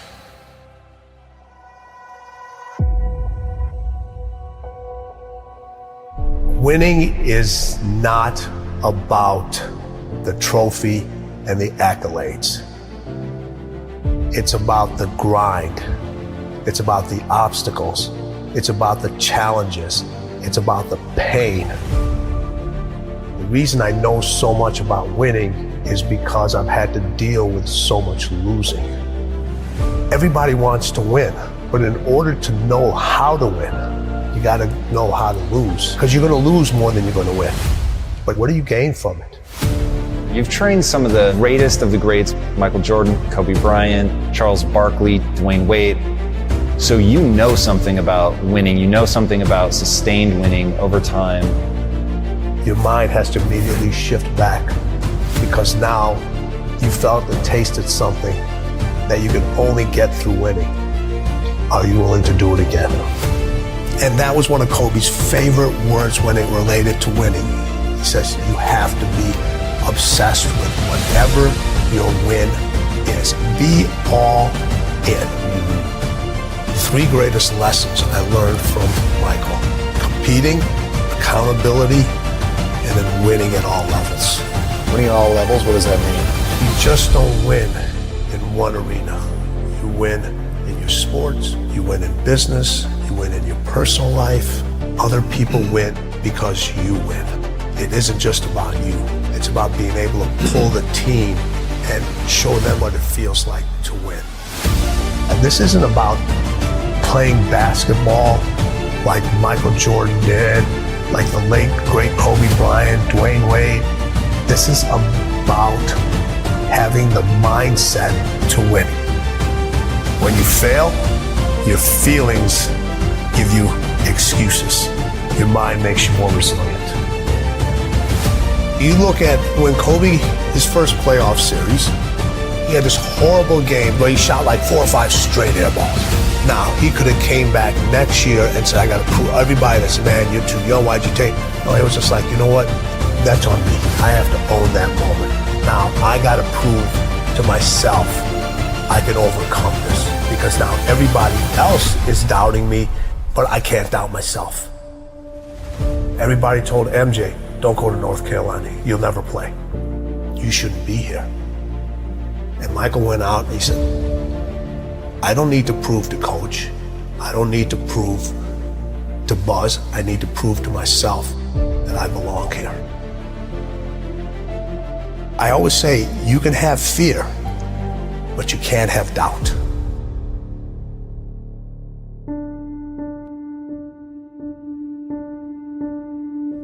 When I was working with my professional athletes, it required me to do a lot of traveling. And this story gets me every time. So when people say, It didn't hurt. It still hurts.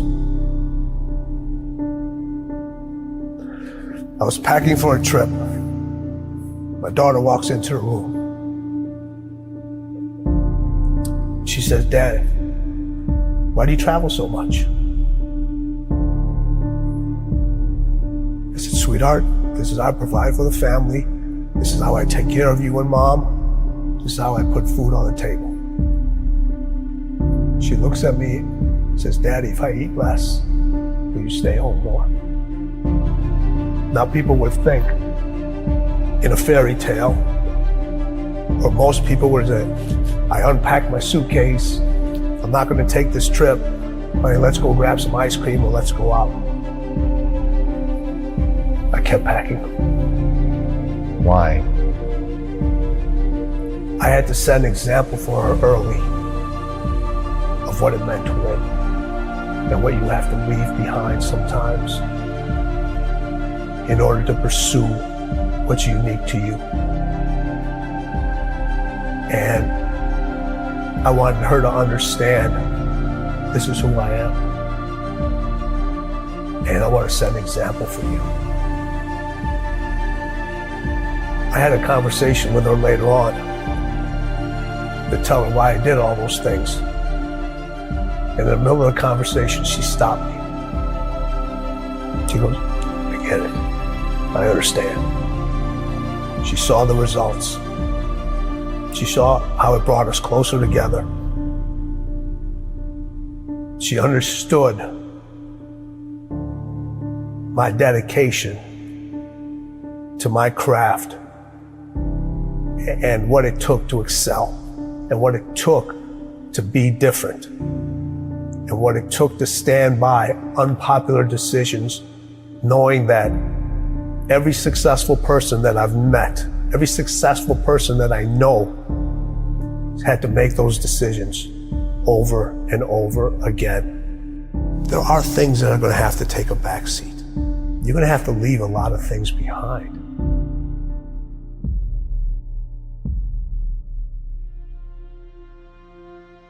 The hardest thing with Kobe was getting him to stop. Yeah, okay, take a break, rest. Yes. Take the day off. That was the most challenging thing with him because over all the years that he had his success, it was about go, go, go. And then when I came on, I was the complete opposite. I got to get you to stop. His 3 a.m. workouts, they're crazy. You know, having to keep the Staples Center open later because he wasn't happy the way he performed at that game. And I would not leave till he would leave. Really? Yeah, so we would be in the arena sometimes 2, 3 o'clock in the morning. Shut up. All the lights are turned off except on the court, and we just keep going, What is the mindset of winning? They both had that. So I look at it 3 ways. So you have individuals that compete. Mm-hmm. You know a lot of people that compete. Yeah. You know, we all know how to compete. Everybody knows how to compete. You don't forget how to compete. We just decide not to anymore. But a lot of people compete just to finish. But then there's individuals that win, but they only win one time. It's easy to win and then never win again. And then there's people that win at winning. You can't come back the same. Cannot come back the same. You have to come back different. You have to come back better. Winning wants you to be different. Winning requires you to do different things. Winning requires you to think in a different way. Winning speaks its own language. Winning has its own way of recognizing you. Winning wants you to write your own story. Stop looking for steps. Those steps are infinite. Find your own path to winning. Because as the late, great Kobe Bryant said, winning is everything.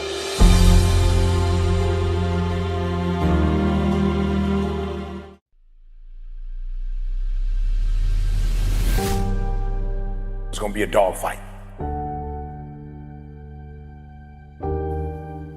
I would love to tell you that on the road to success, everything is going to work out. It's not. It's going to be a dog fight. On the road to success, I lost 5 aunts to cancer. It's a dog fight. In the midst of my business, I lost aunts. I had to go to funerals. We had to get on a plane. We had to drive. We had aunts that are close to my age who died, who didn't have insurance. We had to raise money. A dog fight. I had cousins shot in stores, execution style, shot back of the head twice. It's a dog fight. Like, you don't see that on YouTube. You don't see that on my TGIF. It's a dog fight. My wife, 3 years ago, 7 legions found her brain. It's a dog fight. It hasn't been easy. It's a dog fight. The road hadn't been success. Like, it's just a paved road and like E.T. go this way. It's been rough. It's been crooked. It's been hard. But I've made up in my mind that I will get a reward for the pain that I go through. I will not stop in the middle of the process. I will not be defeated. I will not be destroyed. I will take everything that happens in my life and I will allow the pain to push me to greatness. You will not break me. You will not stop me. You will not defeat me. The only way I lose is if I quit. It's going to be a dog fight. And so if you're ready to quit, then don't get started. If you're ready to quit, don't get started. If you're looking for this easy path, don't get started. If you think they're not going to close the door on you and say no 1,000,000 times, don't get started. But every time they close the door, I just get excited. Why? Because I am not a no. I'm 1 yes away. I'm young, I'm 1 yes away. You can't keep telling me no forever. You can't keep denying me forever. This type of energy, this type of passion, you can't stop it. You can contain it for a while, but you cannot stop. This is life. And you can't defeat me. There is not. You don't have enough power. You don't have enough energy. You don't have enough strength to stop this. Contain it for a year, you might. 2 years, you might. You do not have hate, does not have enough energy to destroy love. You cannot destroy this. It didn't happen to me at 19. It didn't happen to me at 20. It didn't happen to me at 30. It happened to me at 40. After I had been through all the pressure I thought I could go through. Life said, you finished with all the pressure? I said, yeah. I said, let me bring on the heat. And then when I went through the pressure and the heat, y'all, I thought it was over. The Creator said, now you ready to get cut? You say you wanted to be great, son. You say you wanted to travel the world. You say you wanted to help people, inspire people. Then you gotta be a diamond.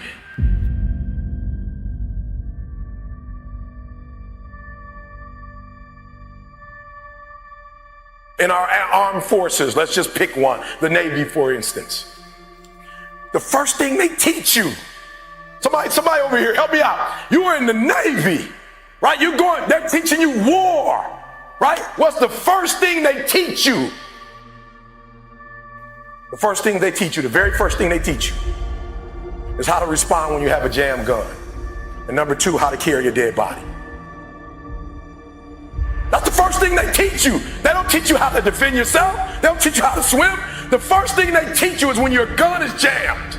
The first thing they teach you is a dead body, how to carry a dead body. And somebody tell me, why would they start you there? That's the worst case scenario. That's what you're not prepared for. That's what you're not thinking. You're not thinking when you go out there to defend yourself that your gun is gonna jam. You're not thinking when you go out there that your boy gonna get killed and you gotta drag. You're not thinking that. So listen to me. It's not hardships that hurt us. It's not my cousin getting shot twice. It's not my cousin spending 50 years in jail. It's not my aunt dying of cancer. It's not my wife being diagnosed with 7 legions on her brain that will break you. What will break most people is you didn't prepare for that. So when you put all your little goals and all your little dreams together, it's not the thing that broke you. It was you never even thought about the fact that you could be broken. They say it's gonna be a dog fight. And if you soft, this ain't You want to get out now. This is where you're like, I quit. But if you're willing to say, I'm not going to quit, I guarantee you whatever success you want to have, you're going to have it. You will not outgrind me. You won't outgrind me. You can be smarter than me. You won't outgrind me. I'll get up at 3 o'clock in the morning and do videos. I'll do a video at 3 o'clock. I'll do a video at 2 o'clock. I'm putting out so much doggone content, they can't keep up. They smarter than me. They better than me. I admit, I got a GED. I ain't the smartest person in the world, but I get up and do this for Dee Dee. I do this every day for Dee Dee. Because of what Dee Dee did for me. I do this for my kids.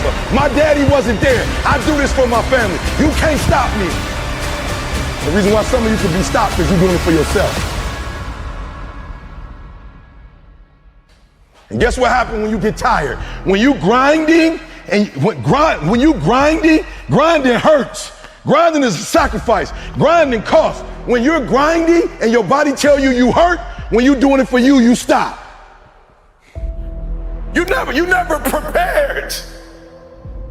You never prepared for worst case scenario. And the reason why E.T. is standing here, because I'm prepared for it. If you know anything about me, I still lay on floors. I still eat chips off the floor. I still do some stuff that to most people is crazy, like E.T., why would you do that? Because I'm always prepared that we may not live in that house one day. One day something might happen and we might have to go back to that. And if I have to go back to that, it's not gonna break me. The thing we covered the most, that for a diamond to be produced, it must first go through extreme heat. Extreme heat. Extreme pressure. Are you hearing what I'm telling you? For a diamond to be produced, it has to go through extreme pressure, extreme heat. And if that wasn't enough, what makes a diamond is the cut. So you are put through, if you want to be a diamond, you must go through extreme pressure. If you can't take pressure, then you're not a diamond.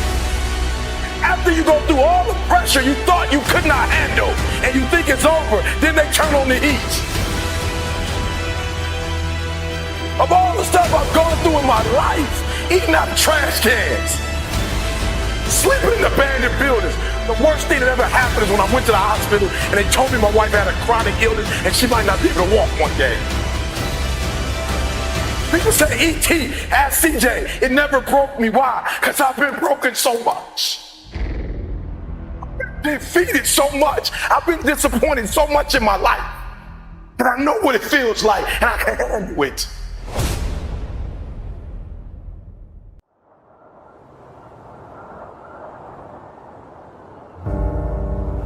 I know it's cold, but are you courageous enough to step into uncharted territory, beating on your craft day and night?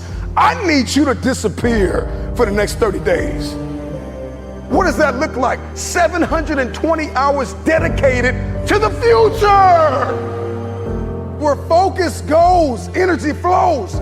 The problem is you put too much energy into Netflix. You put too much energy into distractions. You put too much energy into entertainment. You put too much energy into things that are not feeding your purpose and destiny. Can you walk away from everything? Life has knocked you to the ground. You have survived the greatest traumas of your life. How tired are you of where you are right now? How bad do you want to get to that next level? What are you willing to do? What are you willing to sacrifice? What are you willing to give up? Who are you willing to let go to get where it is that you want to be?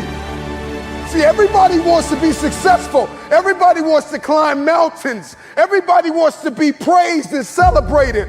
But nobody wants to sacrifice. Nobody wants to put in the work. Nobody wants to let go of every single distraction. Can you learn how to say no to what's hurting you? No to what's stopping you. No to the people that don't believe in you. The fakes and the phonies and the people that keep saying that they'll support you when you get there, but they leave you when you arrive. Why are you here? And what are you going to do about it? Because the truth of the matter is, we have a purpose, we have a destiny, we have fulfillment, we've got connections to make, we've got people to meet, we've got rooms to walk in, we've got tables to sit at. And I'm just wondering if you are willing, if you are courageous enough, if you have the faith, if you're bold enough to sit down for 30 days and write down what it is that's killing you. Can you walk away from everything for 30 days? Just 1 month, 720 hours. Imagine who you could be in 30 days. You got one life to live. Rain, sleet, or snow. The time is now.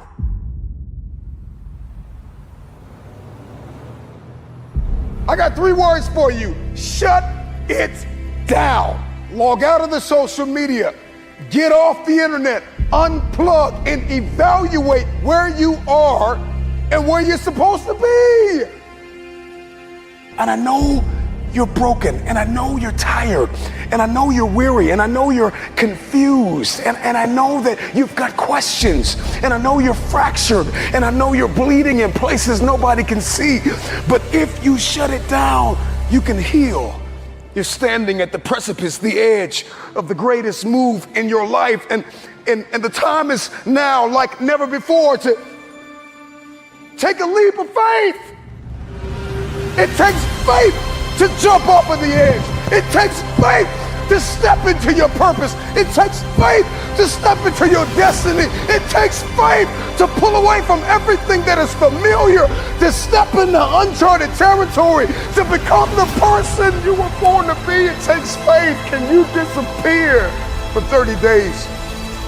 The first person that needs to be influenced in your life is you. It's you.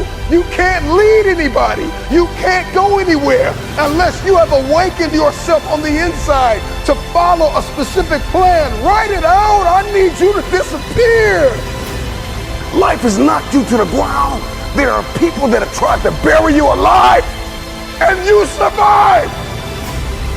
Are you bold enough? Are you radical enough in your hunger and your thirst to go after what it is that you believe is yours? Are you crazy enough? Are you courageous enough to disappear for 30 days? Come back and shock the world. Can you suffer now that you live the rest of your life a champion?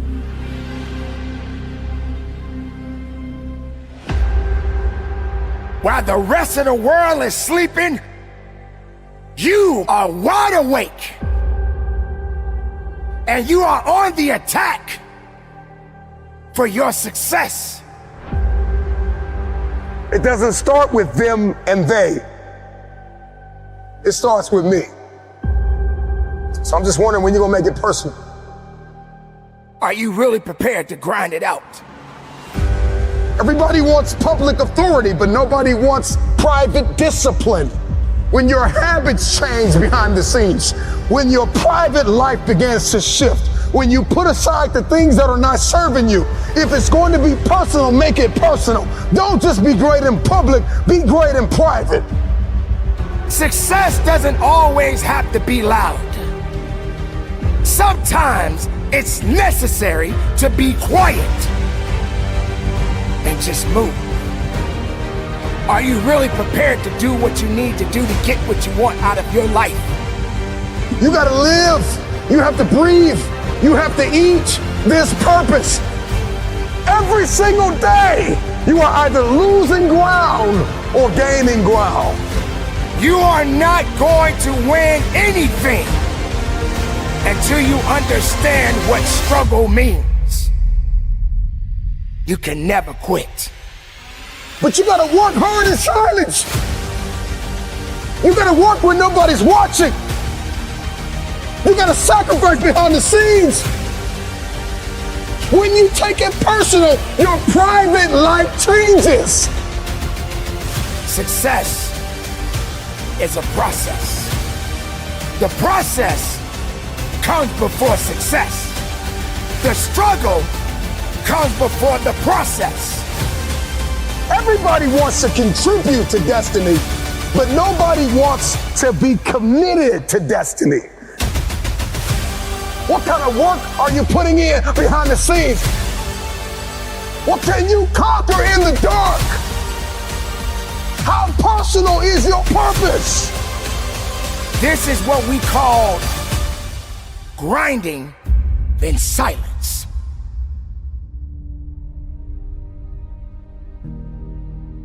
Not everyone needs to understand your true motives. Not everyone needs to understand your purpose. Not everyone needs to understand your mission. But the truth is, it's about passion. It's about discipline. It's about awareness. It's about accountability. That's right, ladies and gentlemen, you got to be accountable for your actions. But are you prepared to grind it out? Are you prepared to dig a little bit deeper? Are you prepared to fight a little bit harder? Are you prepared to put in overtime? Somewhere along the line, you lost your footing, you lost your place. It got cold. Too cold for you. And see, one thing about an achiever is rain, sleet, or snow, they keep building. But you have not sacrificed, you have not suffered, you are not committed. When you are committed, you give everything you have. Every single week, every single day, every single hour, every single minute, 720 hours a month, you are beating on your craft. Even when you're at work, you're dreaming, you're thinking, you're vision casting, you're writing it down, making it plain, communicating to your destiny connections so that it can become a reality. If you can see it in your head, you can hold it in your hands. But the question I want to ask you is, are you committed? Now it's time to grind. Now it's time to fight. Now it's time to believe. Now it's time to know that your success story has yet to be told. Don't sit back and have a pity party. Don't sit back and wait for an opportunity to happen. It is up to you to go out there and get the opportunities. You want success? Then go get it. You want to be better? Then be better. You want something more than what you have right now? Then you got to have the desire within your heart and go strong and go with everything you have. I don't know who I'm talking to. I don't know what you've been called to do, what you've been called to accomplish, what you've been destined to build, who you've been called to be connected to, but the dots will connect. Every single moment that you have is an opportunity of a lifetime. Are you committed or are you just contributing? The choice is yours. But this time, make it personal.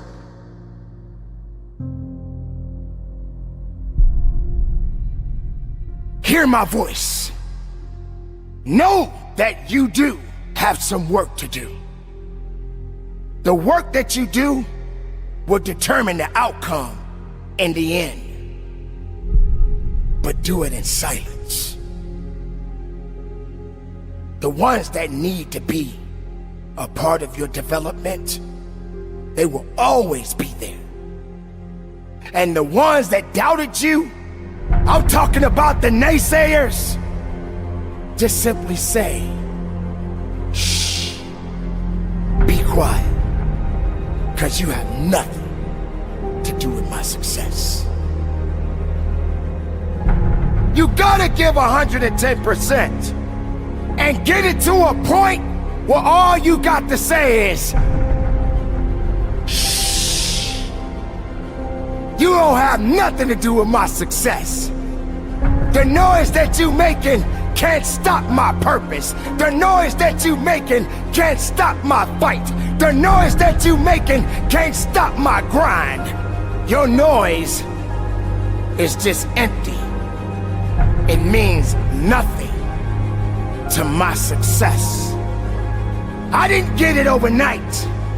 And yes, I had many sleepless nights. And I had amazing dreams of what I could become. Can you stretch yourself? Can you condition yourself? Come on, can you believe again? Can you see it again? Can you write again? Can you make this thing personal? That it doesn't start with the people connected to you. It starts with you. It doesn't even start with your past. It starts with where you are and where you're going. Can you look ahead? Can you stretch for it? Can you condition yourself? Can you prepare yourself for the next thing? Come on, make it personal. But you gotta work hard in silence. You gotta take it personal. I make this thing personal. So while you're sitting around second guessing yourself, my beautiful people, get back on your grind. Be productive. Keep your head up high. Stay in the moment. Live every moment. Move in silence. And from the bottom of my heart, conduct your business. You got to learn how to move in silence.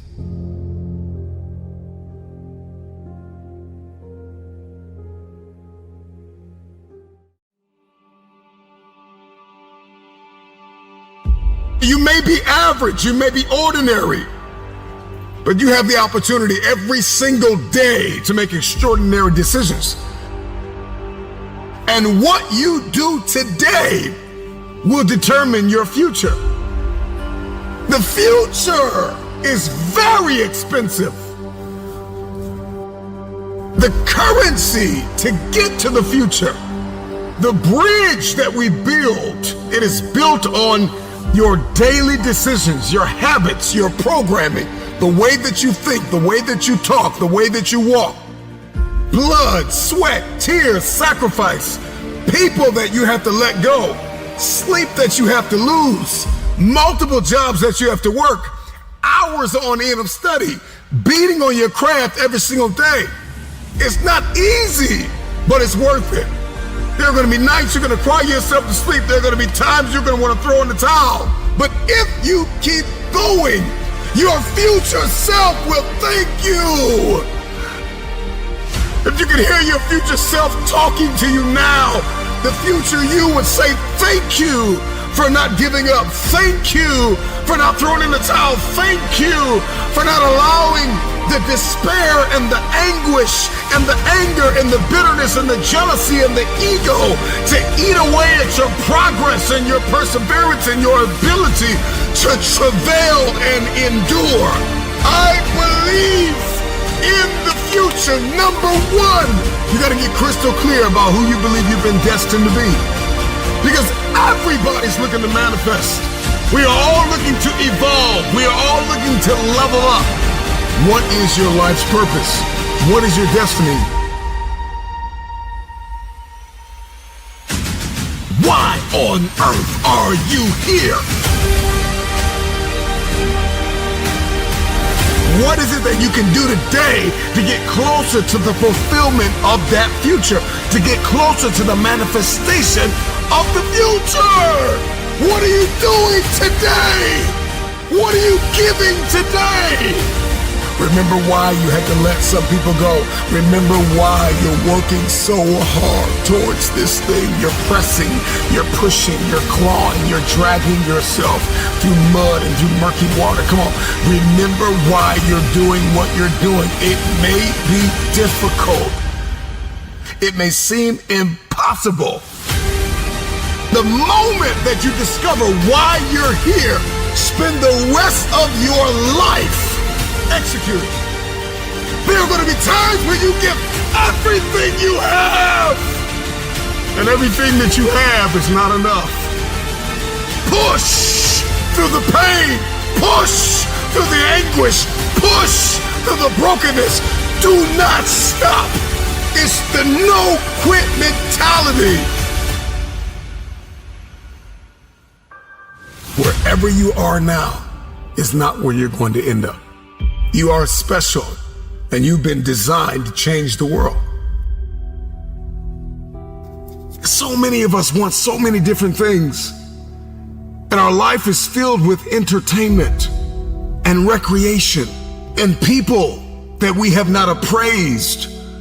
Have you appraised your connections? Have you done a scrupulous evaluation of everyone in your life? Are they assets or are they liabilities?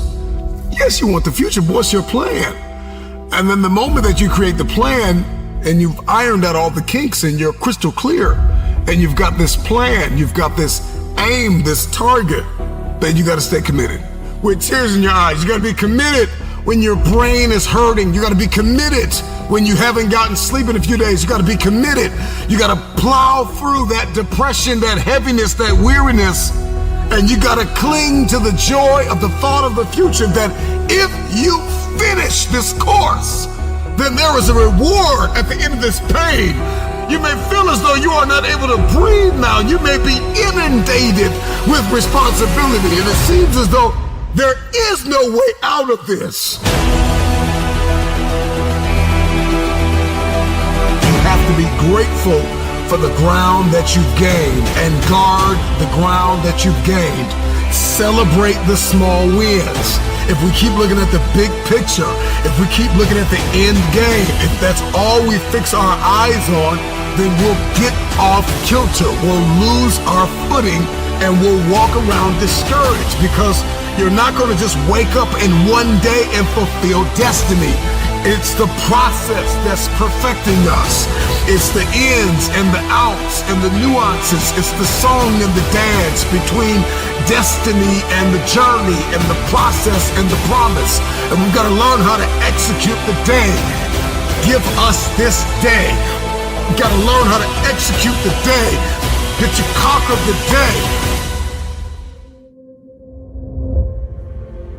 I'm not where I'm supposed to be, but I'm not where I used to be. And so we've got to celebrate the small wins, those mental wins, those emotional wins, those relational wins, those financial wins, those spiritual wins. We've got to celebrate. And then we've got to be kind, not only to others throughout our process, but we've got to be kind to ourselves. The problem with many of us is that we're not kind to ourselves. Be kind to yourself. You can be assertive, you can be direct, you can be firm, but you can have a little empathy and a little kindness, not only on others, but on yourself. Because the truth of the matter is you are not going to always feel like doing what you were designed to do, okay? And so we've got to condition ourselves for the stretch. With gratitude, we're going to need that coupled with patience. The future takes time to manifest.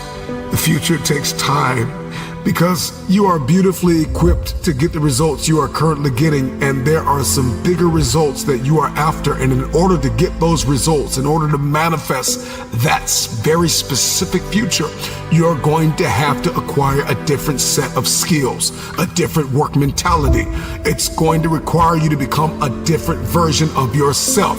Elevation is all over you. Okay, next, you got to seize the opportunity. There are so many opportunities for you to grow, so many opportunities for you to learn, so many opportunities for you to share, for you to give, for you to understand, for you to think, for you to be quiet, for you to speak. And you've got to know when to do, what to do, why to do. This is the paradigm of the future. The future has a specific paradigm that you have to execute. You have to walk in this. You're going to have to move from limited beliefs, and you're going to have to move into limitless believing. You have to know your boundaries, establish your guardrails. You got to know your weaknesses and your strengths. Do not stop. It's the no quit mentality.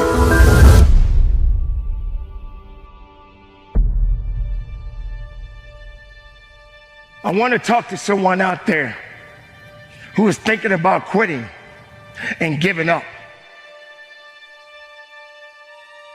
This is for you. There are going to be times when you are down and you feel that you are alone. There are going to be times when darkness is going to blind you from your truth. But how much pain can you endure? Please don't give up. Remember this. When it gets tough, you gotta get a little tougher. Pain will push you beyond your threshold, will remind you that you are still alive. You feel like you can't carry on. Your body is getting a little numb. Your muscles feel weakened. There are going to be some setbacks, but that doesn't mean you can't come back. Put yourself back together if you're down. Lift yourself up once again. Take a moment and just look up.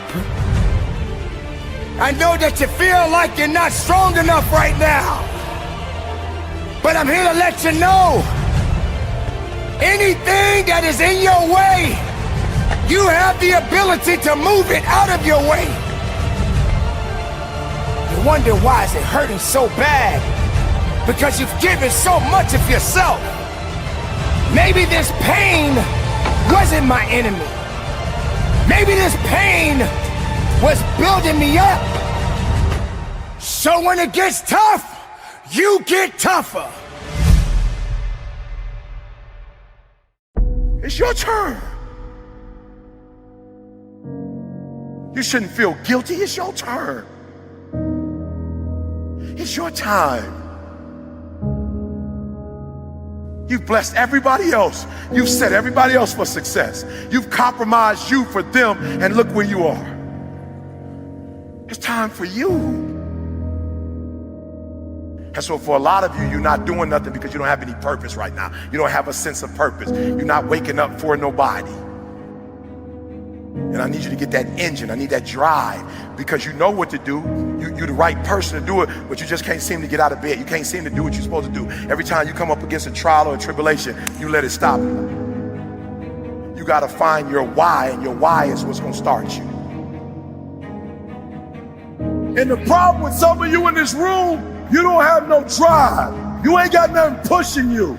You ain't got no reason for waking up in the morning. You ain't got no reason for pushing past that pain. You have no reason. You better find one before you get out of here today. You better go inside. You still looking outside for the stuff that's already inside. You still looking for someone to save you when you already your superhero. You looking for some information from somebody when you already got what you need in your head. It's just time for you to get up and be the best version of you. It's not an option. And the reason why some of you are not where you're supposed to be, you've given yourself an option. You've given yourself an out. You've given yourself an excuse. You've given yourself room not to do it, but you have what it takes. Give me some energy. I can. I will. I must. Come on, I can. Come on, I will. I must. I can. Let's go, let's go, let's go. Let's go. I can means I have the ability to do it. I got what it takes. I have the ability to do it. I will. I have the willpower to make it happen. I must. My wife needs me. I must. My son needs me. I must. My daughter needs me. We can, we will, and we must get through this. Let's go.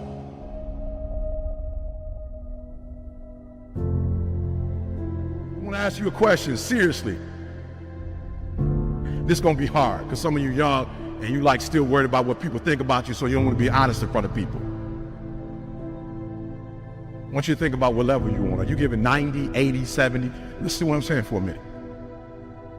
It's like I gave everything I got. I have no more to give. Like I really put 120 into this. So raise your hand if you're giving 120. Like I ain't got no more to give, E. E, I'm giving 100, E. I know I'm just doing at least what coach want me to do. I'm doing everything coach want me to do.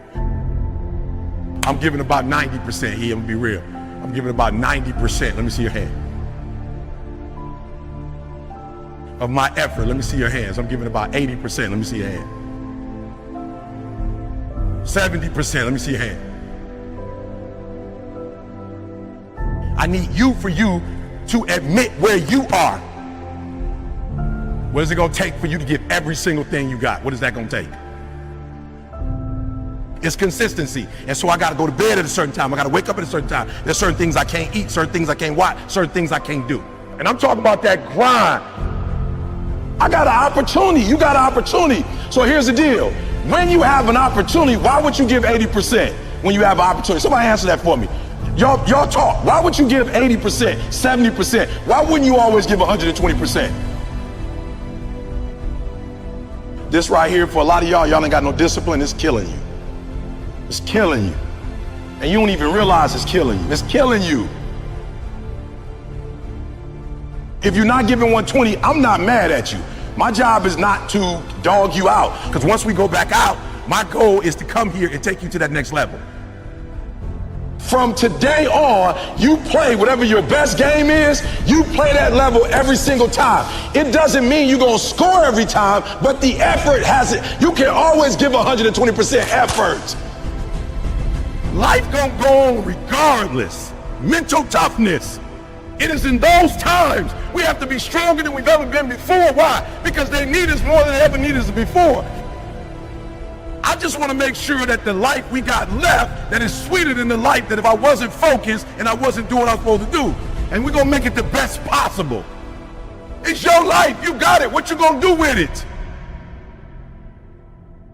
I want to ask you a question, seriously. How many of y'all in this room, you like, yo, E, it is my life, but I ain't been in control of it as much as I should be in control of it. And after the day, I'm taking more control of it. Let me see your hand. Be honest with me.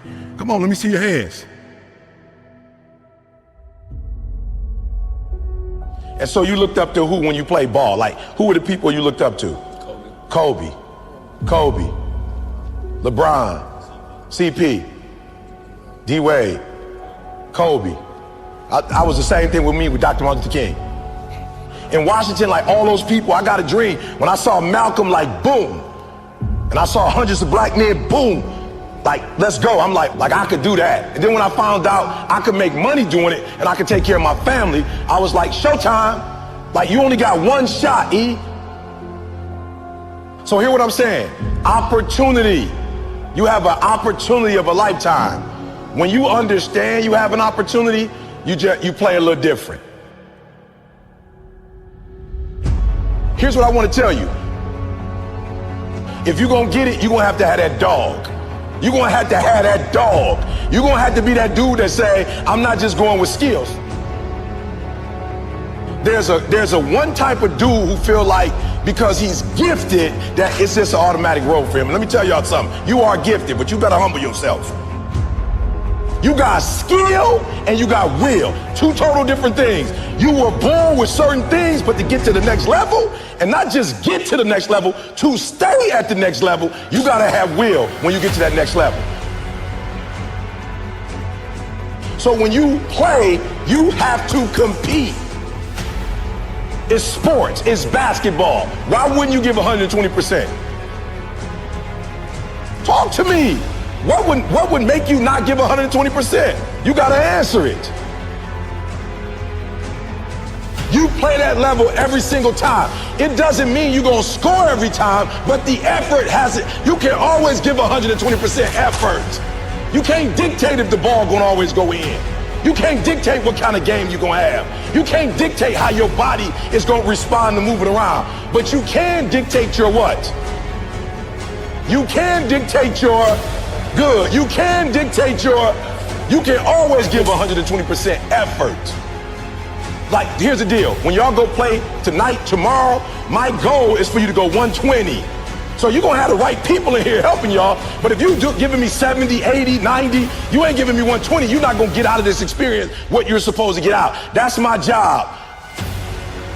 Why don't you always give 120% effort?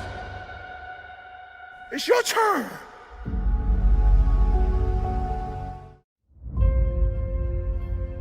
know the feeling. No, this not that fake lion, tigers, and bears motivation. This that growing up in the slums, watching your mom nod on the couch as you go to school. We want more. We want more out of this life. And if you're not willing to give that to us, we're gonna take it.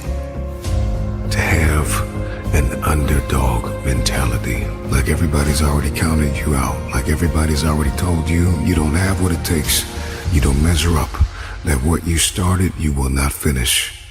Claw your way into your future. Fight for your goal. Give it everything you have because you have nothing to lose. Life's gonna hit you in your mouth, and you gotta do me a huge favor. Your why has to be greater than that knockdown. And I love it. Buster Douglas got knocked out. Nobody ever got knocked out by Mike Tyson and ever got back up. It was almost a 10 count. He was stumbling. They were 4, 3, 2, 1, and ding, ding, ding, saved by the bell. He goes to his corner. The whole world is like, yep, that's it. Once he comes back out, that's it. Mike's gonna just hammer him. And exactly that. Mike Tyson came out like, I got him. I got this kid up against the rope. Listen to me, many of you right now, life's got you up against the rope. You can't give up. You can't give in. Listen to me, if it was easy, everybody would do it. And if life's got you backed up, I need you to do what Buster Douglas did. Buster Douglas started fighting back. What an uppercut by Douglas, and down goes Tyson. The world was shocked.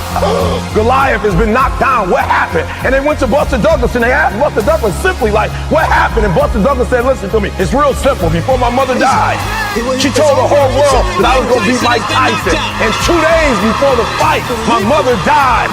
Buster Douglas had a decision to make. When his mother died, he could die with his mother, or he made a decision, I can wake up and I can live for mom. And he knocked Mike Tyson out simply because his why was greater than that punch. His why was greater than defeat. His why was greater than his trial and his tribulation. And I'm telling you, if you don't know what your why is, and your why isn't strong, you're gonna get knocked out every single day. A man is not a man by his age. A man is a man by his experiences. What he goes through. What he fights through. That's what makes a warrior. That's what makes the greatest of all time. I won't end my life in a bottomless pit.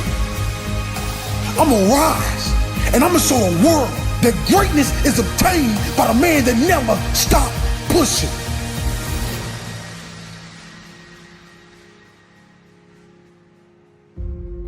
I believe, and I stand on it to this day.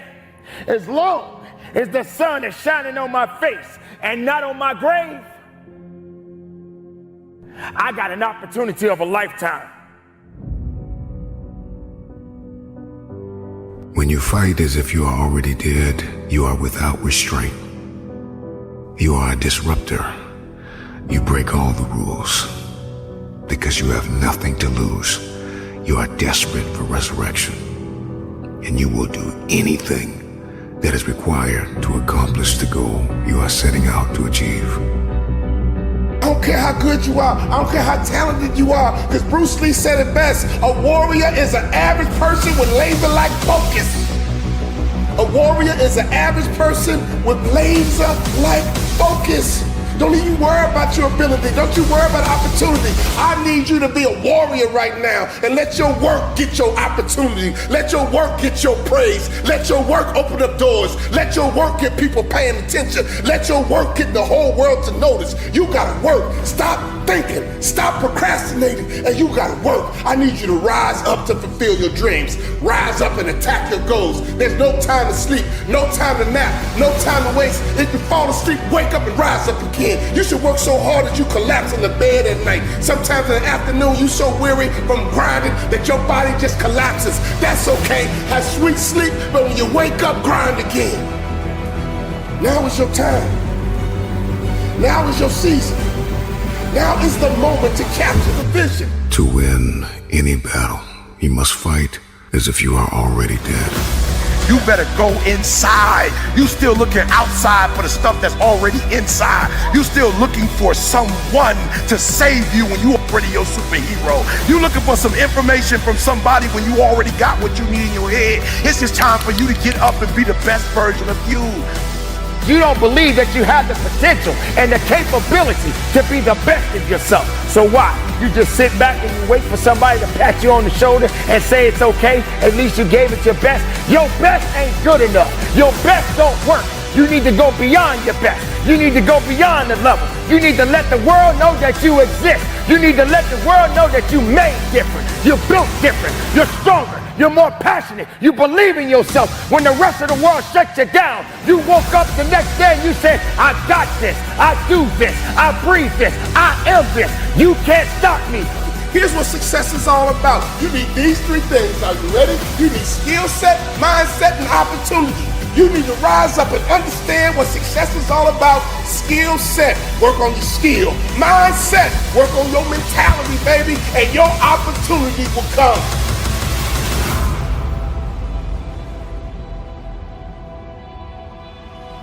There will always be a million reasons to say no, a million reasons to play it safe, a million reasons to stay comfortable.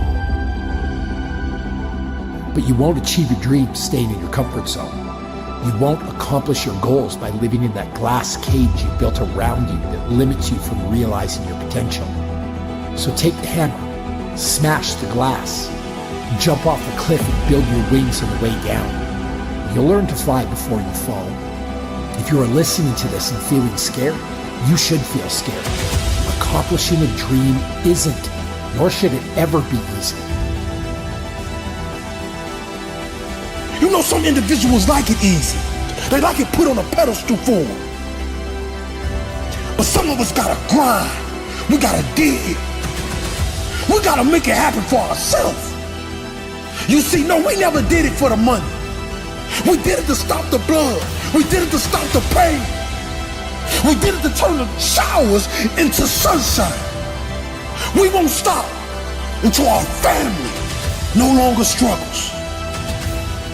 We won't stop until we're number one. This will not be easy, but in the end, you will win. And you know why I'm so passionate? Because the rest of the world don't understand my passion. The other world don't want my passion. They think my passion is too much.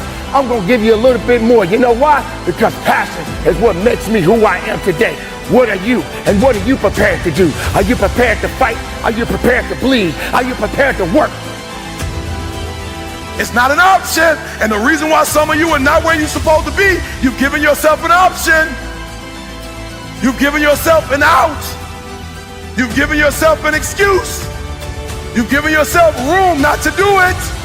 I'm not speaking no more to entertain. I'm not speaking to help people. I'm speaking so my girl never have to go back to work again. I'm speaking so that the MS don't kill her. I got a different drive. I got a different why. I got to make this $1.8 million so my girl can quit for the rest of her life. I'm taking all gigs. Let's go, let's go, let's go.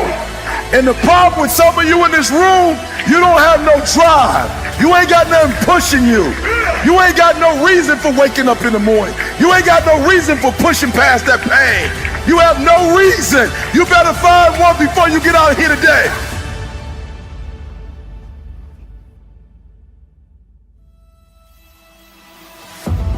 Our lives are so short. There is no time to waste. I get up at 3 because it's silent. It's easier to be focused when the environment is focused. Most of you wake up and you try to make money. Listen to me. If you would make you, money would come to you. Okay, you missed that whole thing I just said. If you would make you a better person, you'd make more money. Now, watch what I do. The way people spend their money or treat their money is how I treat my time. All right, let me explain what I mean to you. I make sure that every single day in that 24-hour period that I'm getting a whole bunch of wins. So I'm supposed to be doing this at this time, doing this at this time, doing this at this time, doing this at this time. The problem with most of you, you waking up and you worshiping money. Man, I was in the back with Cole. Cole was like, E, I got this opportunity for you. I got this opportunity. I got this opportunity. When you become number one, you have to chase opportunities. So I became number one. Not meaning I'm better than nobody else. It means I just mastered my craft to the point that I know what I do that don't nobody else do. I know that I have a way of doing in this industry what nobody else does, and I've picked out in this industry, I've crafted out my own room. And your problem is you at 50% knocking on doors trying to get the result, somebody at 100%. And you wondering why it ain't working. Because while you're doing what they're doing, you're not, they are. So why do I put more emphasis on time than I put on money? Because they print money. They don't print time. So I'm gonna say it one more time. You are worshiping the thing that they make every day. They don't make time every day. Ain't nobody print time. I ain't met them yet. I ain't met no billionaire. I ain't met no trillionaire. I ain't met no institution. I ain't met no company. I ain't met nobody print money. So why are you spending more time on the thing they print every day than the thing, you know why? Because you're not developed and you following other people. When you understand that the real thing is time and you ain't got a lot of it, you start focusing on your time, and when you get your time right, money will come. Some people go to Dubai once every 10 years. I'm going every other month. Why? When you master yourself, you put yourself in a position that a lot of people can't do what you do, and then you become rare. And diamonds are rare. That's why they cost so much.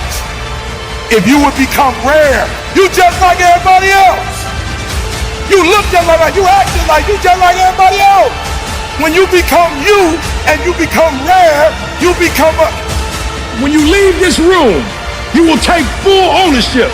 And the reason why I say it's my fault, even when it's not my fault, because when I say it's your fault, I give you power. I give you control over my life. And I will never give another human control over my life. It's my fault. It's my problem. I'm coming up with the solution for it. Stop being average. Average people can't forgive. Average people can't let go. The greats, we do whatever it takes.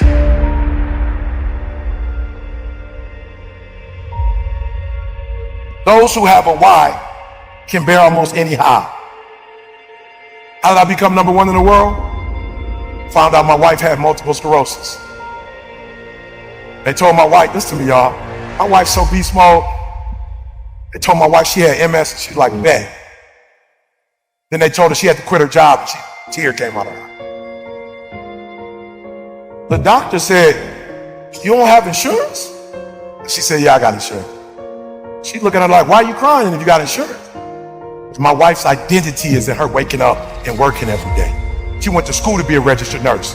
She went to school to do breast and cervical cancer. She didn't want to be at home. She didn't want to be no home wife. She literally went to school to be a nurse. She loves her job. But when they told her she had to quit, my wife's like, I don't know what I'm going to do. I said, how much you make? She told me 5,000. I said, 5,000 times 12 is how much? 60 times 30 years, how much? 1.8 million. I woke up every day hunting 1.8 million. I'm number one in the world, not because I'm a better speaker. I'm not number one in the world because I look the best, because I dress the best. I'm not number one because my enunciation is the best, because I use the best words, because I got the best sentence structure, because I come from the best background. I became number one because I woke up and I hunted down the 1.8 mil so my wife would never have to work again. If you waking up every day and you want a Rolls Royce, you ain't about to beat me. If you waking up for a Bentley, you ain't about to beat me. If you waking up for a gold chain, you ain't about to beat me. If you woke up for a Rollie, you ain't about to beat me, because you're going after material stuff. I'm going after my food. I'm going after my baby. I'm going after my high school sweetheart. I'm going after my kids so they can see their mom and their mama don't die. I'm making sure their mama don't get in a wheelchair if I can help you. If their mama don't lose her sight, if I can help it. If her mama don't lose her memory. So I started studying MS like I had. I started studying MS. Your problem is you're not studying this product like your life down on it, like your life depend on it. You playing with this product. You know what? You like the people that work for me that want to check and they never end up getting it. But the people who work for my company act like they own it. Wake up every single day making sure she don't have to go back to work. So watch this. I started studying and I found out two things. One is stress. So I had to take her out of a stressful situation. And then the other thing was vitamin D. And I literally, people say, bro, why you moved to Southern California? Because my wife got MS. I literally type, what's the best place in the world for vitamin D? Southern California. What's the best temperature in the world in the United States of America? San Diego, California. It don't go 99, 100, and then back down. It's right there. I said, San Diego, I'm hunting you down. You're moving to San Diego. Why? I don't care about San Diego. My wife, in the first year, last year, we were in San Diego. My wife said to me, when we went back to Michigan, when the summer came, my wife said, you know something? I said, what? She said, I never took a nap in California. I said, what you mean by that? She said, the sun energizes, and I never needed to take a nap. You're gonna come after me. The reason why most of you can't do what you do, you keep getting knocked down, you keep quitting, because whatever your why is, it ain't stronger than the beat down you take. Whatever the beat down, whatever life is throwing at you, whatever punches is blowing, whatever's happening, it ain't deep enough for you to wake up. Like you getting punched and you feel that pain and you like, ain't no need to get up. No, and I feel you. You need to stay down. Because life gonna beat you. You talking about making millions, life gonna beat you down. You talking about making millions, multi-millions, billions, life gonna beat you down. So when you feel the pain and you get knocked down, stay down. If you got a why that's deeper than your pain, Every trial, every tribulation, I will my way through it. I don't care if it's cancer, I will my way through it. I don't care if it's MS, I will my way through it. I don't care if I'm struggling in school and I'm trying to get a degree, I will my way through it. I don't care if you fail the boards, go again. I don't care if you fail the law exam, go again, will your way through it. Some things you can skill yourself through, some stuff you gotta will your way through.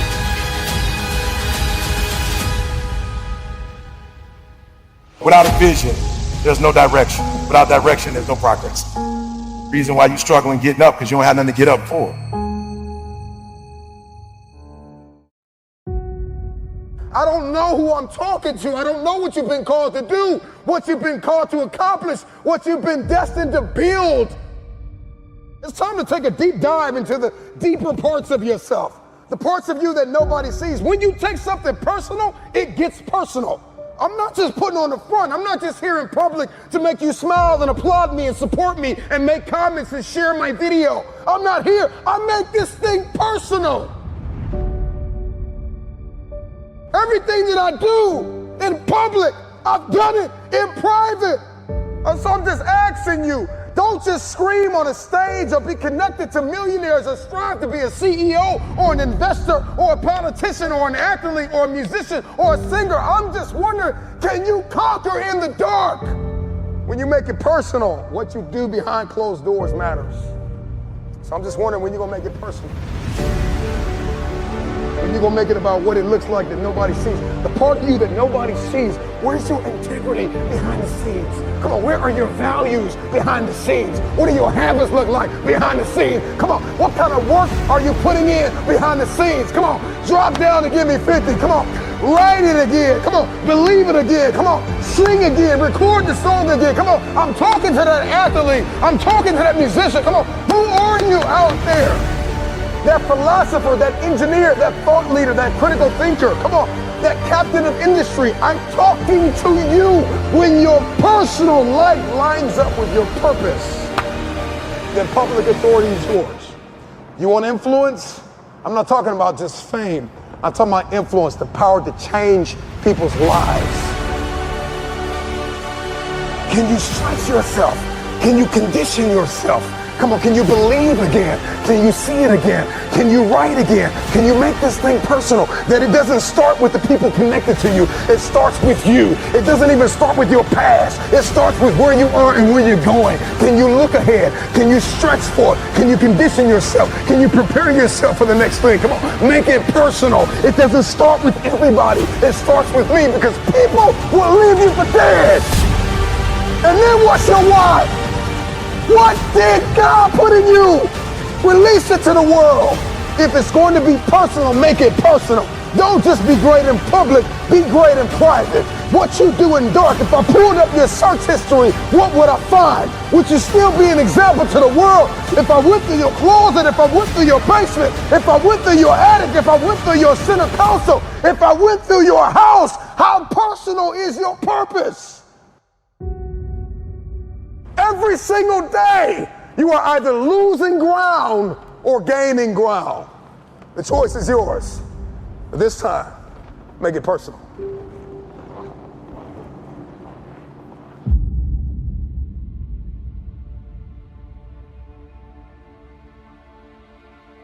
If you're gonna do it, if you're gonna accomplish it, if you're gonna achieve it, even if you're confused and it's cold and it looks crazy, and you're gonna need to know the difference between contribution and commitment, because they're two very different things. See, everybody wants to contribute to destiny, but nobody wants to be committed to destiny. You want to contribute to the idea that you can be something. You want to contribute to the idea that something's going to come of the sacrifice that you have made, but you have not sacrificed, you have not suffered, you are not committed. When you are committed, you give everything you have.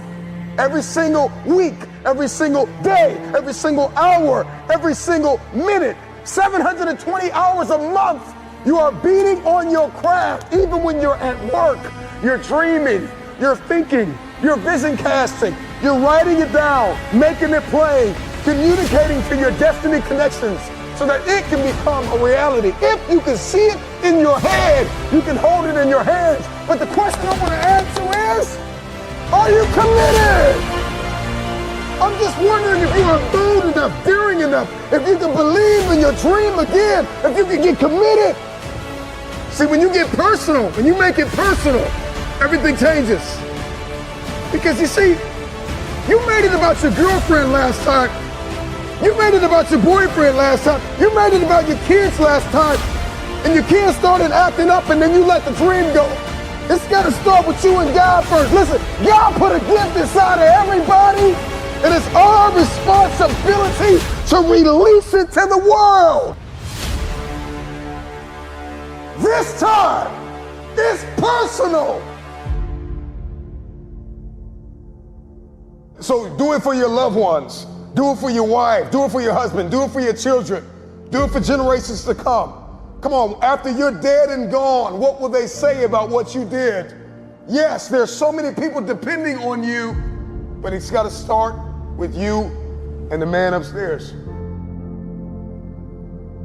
What he put in you, make it personal.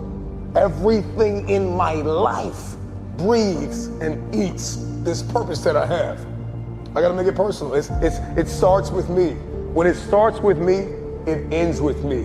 I don't know where you are in your game of life. You may be in your third quarter. You may be in your fourth quarter. Come on, you're not gonna live forever, not in this world. Come on. You may be in your first quarter, your second half, and this time it's gotta be personal. See, last time you were just running through the plays. Last time you were just running the songs that you rehearsed in rehearsal. Last time you were just going through the motions and you got numb, come on, and you got tired and weary, and now you're broken and bitter and angry because you lost. And I'm just wondering if you're courageous enough, bold enough, if you have enough faith, come on, if you have enough inside of you, resilience to come back to the scene and make it personal. It's rain, sleet, or snow, keep building. And so this time it's gotta be personal. And you may not feel qualified. You may not feel like you are educated enough. You may not feel like you're connected enough. You may not think that enough people are aware of you, cognizant of you, because you don't have a blue check and you're not a celebrity yet. But you gotta work hard in silence. You gotta work when nobody's watching. You gotta sacrifice behind the scenes. You gotta take it personal. When you take it personal, your private life changes. Everybody wants public authority, but nobody wants private discipline.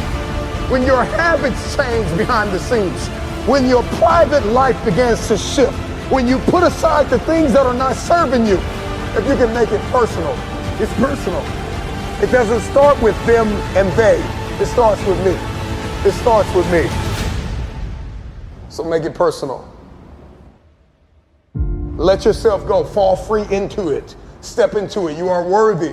You are an unrepeatable miracle, and there is none like you in all the earth. There will never be another you. Your DNA, your fingerprint, come on, your gait, your presence, your authenticity. Come on, you're special. You're special and you're necessary.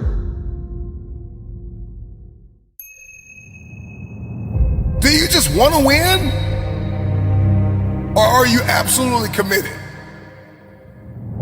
Because when you are committed, when you have made the decision that I am going to win, it's no longer a want, it is a must. And when something becomes a must, when you become obsessed with what you've been called to do, you will sacrifice. People that are committed are willing to make the sacrifices. And so ask yourself the question, have you sacrificed everything? Are you paying the price? You gotta pay the price for what you want. Everything in your future comes at a cost. I am acquainted with loss, pain, lack, and famine. I wanna win now. Because winning has everything to do with your mentality. It has everything to do with how you talk, how you walk, how you think, how you overcome. Winning is not just a crown or a trophy. It is the process. It is who I am becoming. And that is how we win. If you're gonna hit your goal, and if you're gonna punch through your targets, you have got to see differently. You have got to think differently. You are gonna have to connect differently. You're gonna have to communicate differently. One day, I just decided I'm gonna raise my standards. Make a decision. Raise your expectations. You gotta go to the next level. There's always another level. You've been in this place of misery long enough. It's time to win. There is no other option. Winning is a non-negotiable. It's what I do. And all of a sudden, wham, no longer is it just what you do. It is who you have become. Because there are some people that win, and then there are winners. There are people who win, there are people who lose, and there are people who are winners. This ain't just something I do. It is who I have become. I am a winner.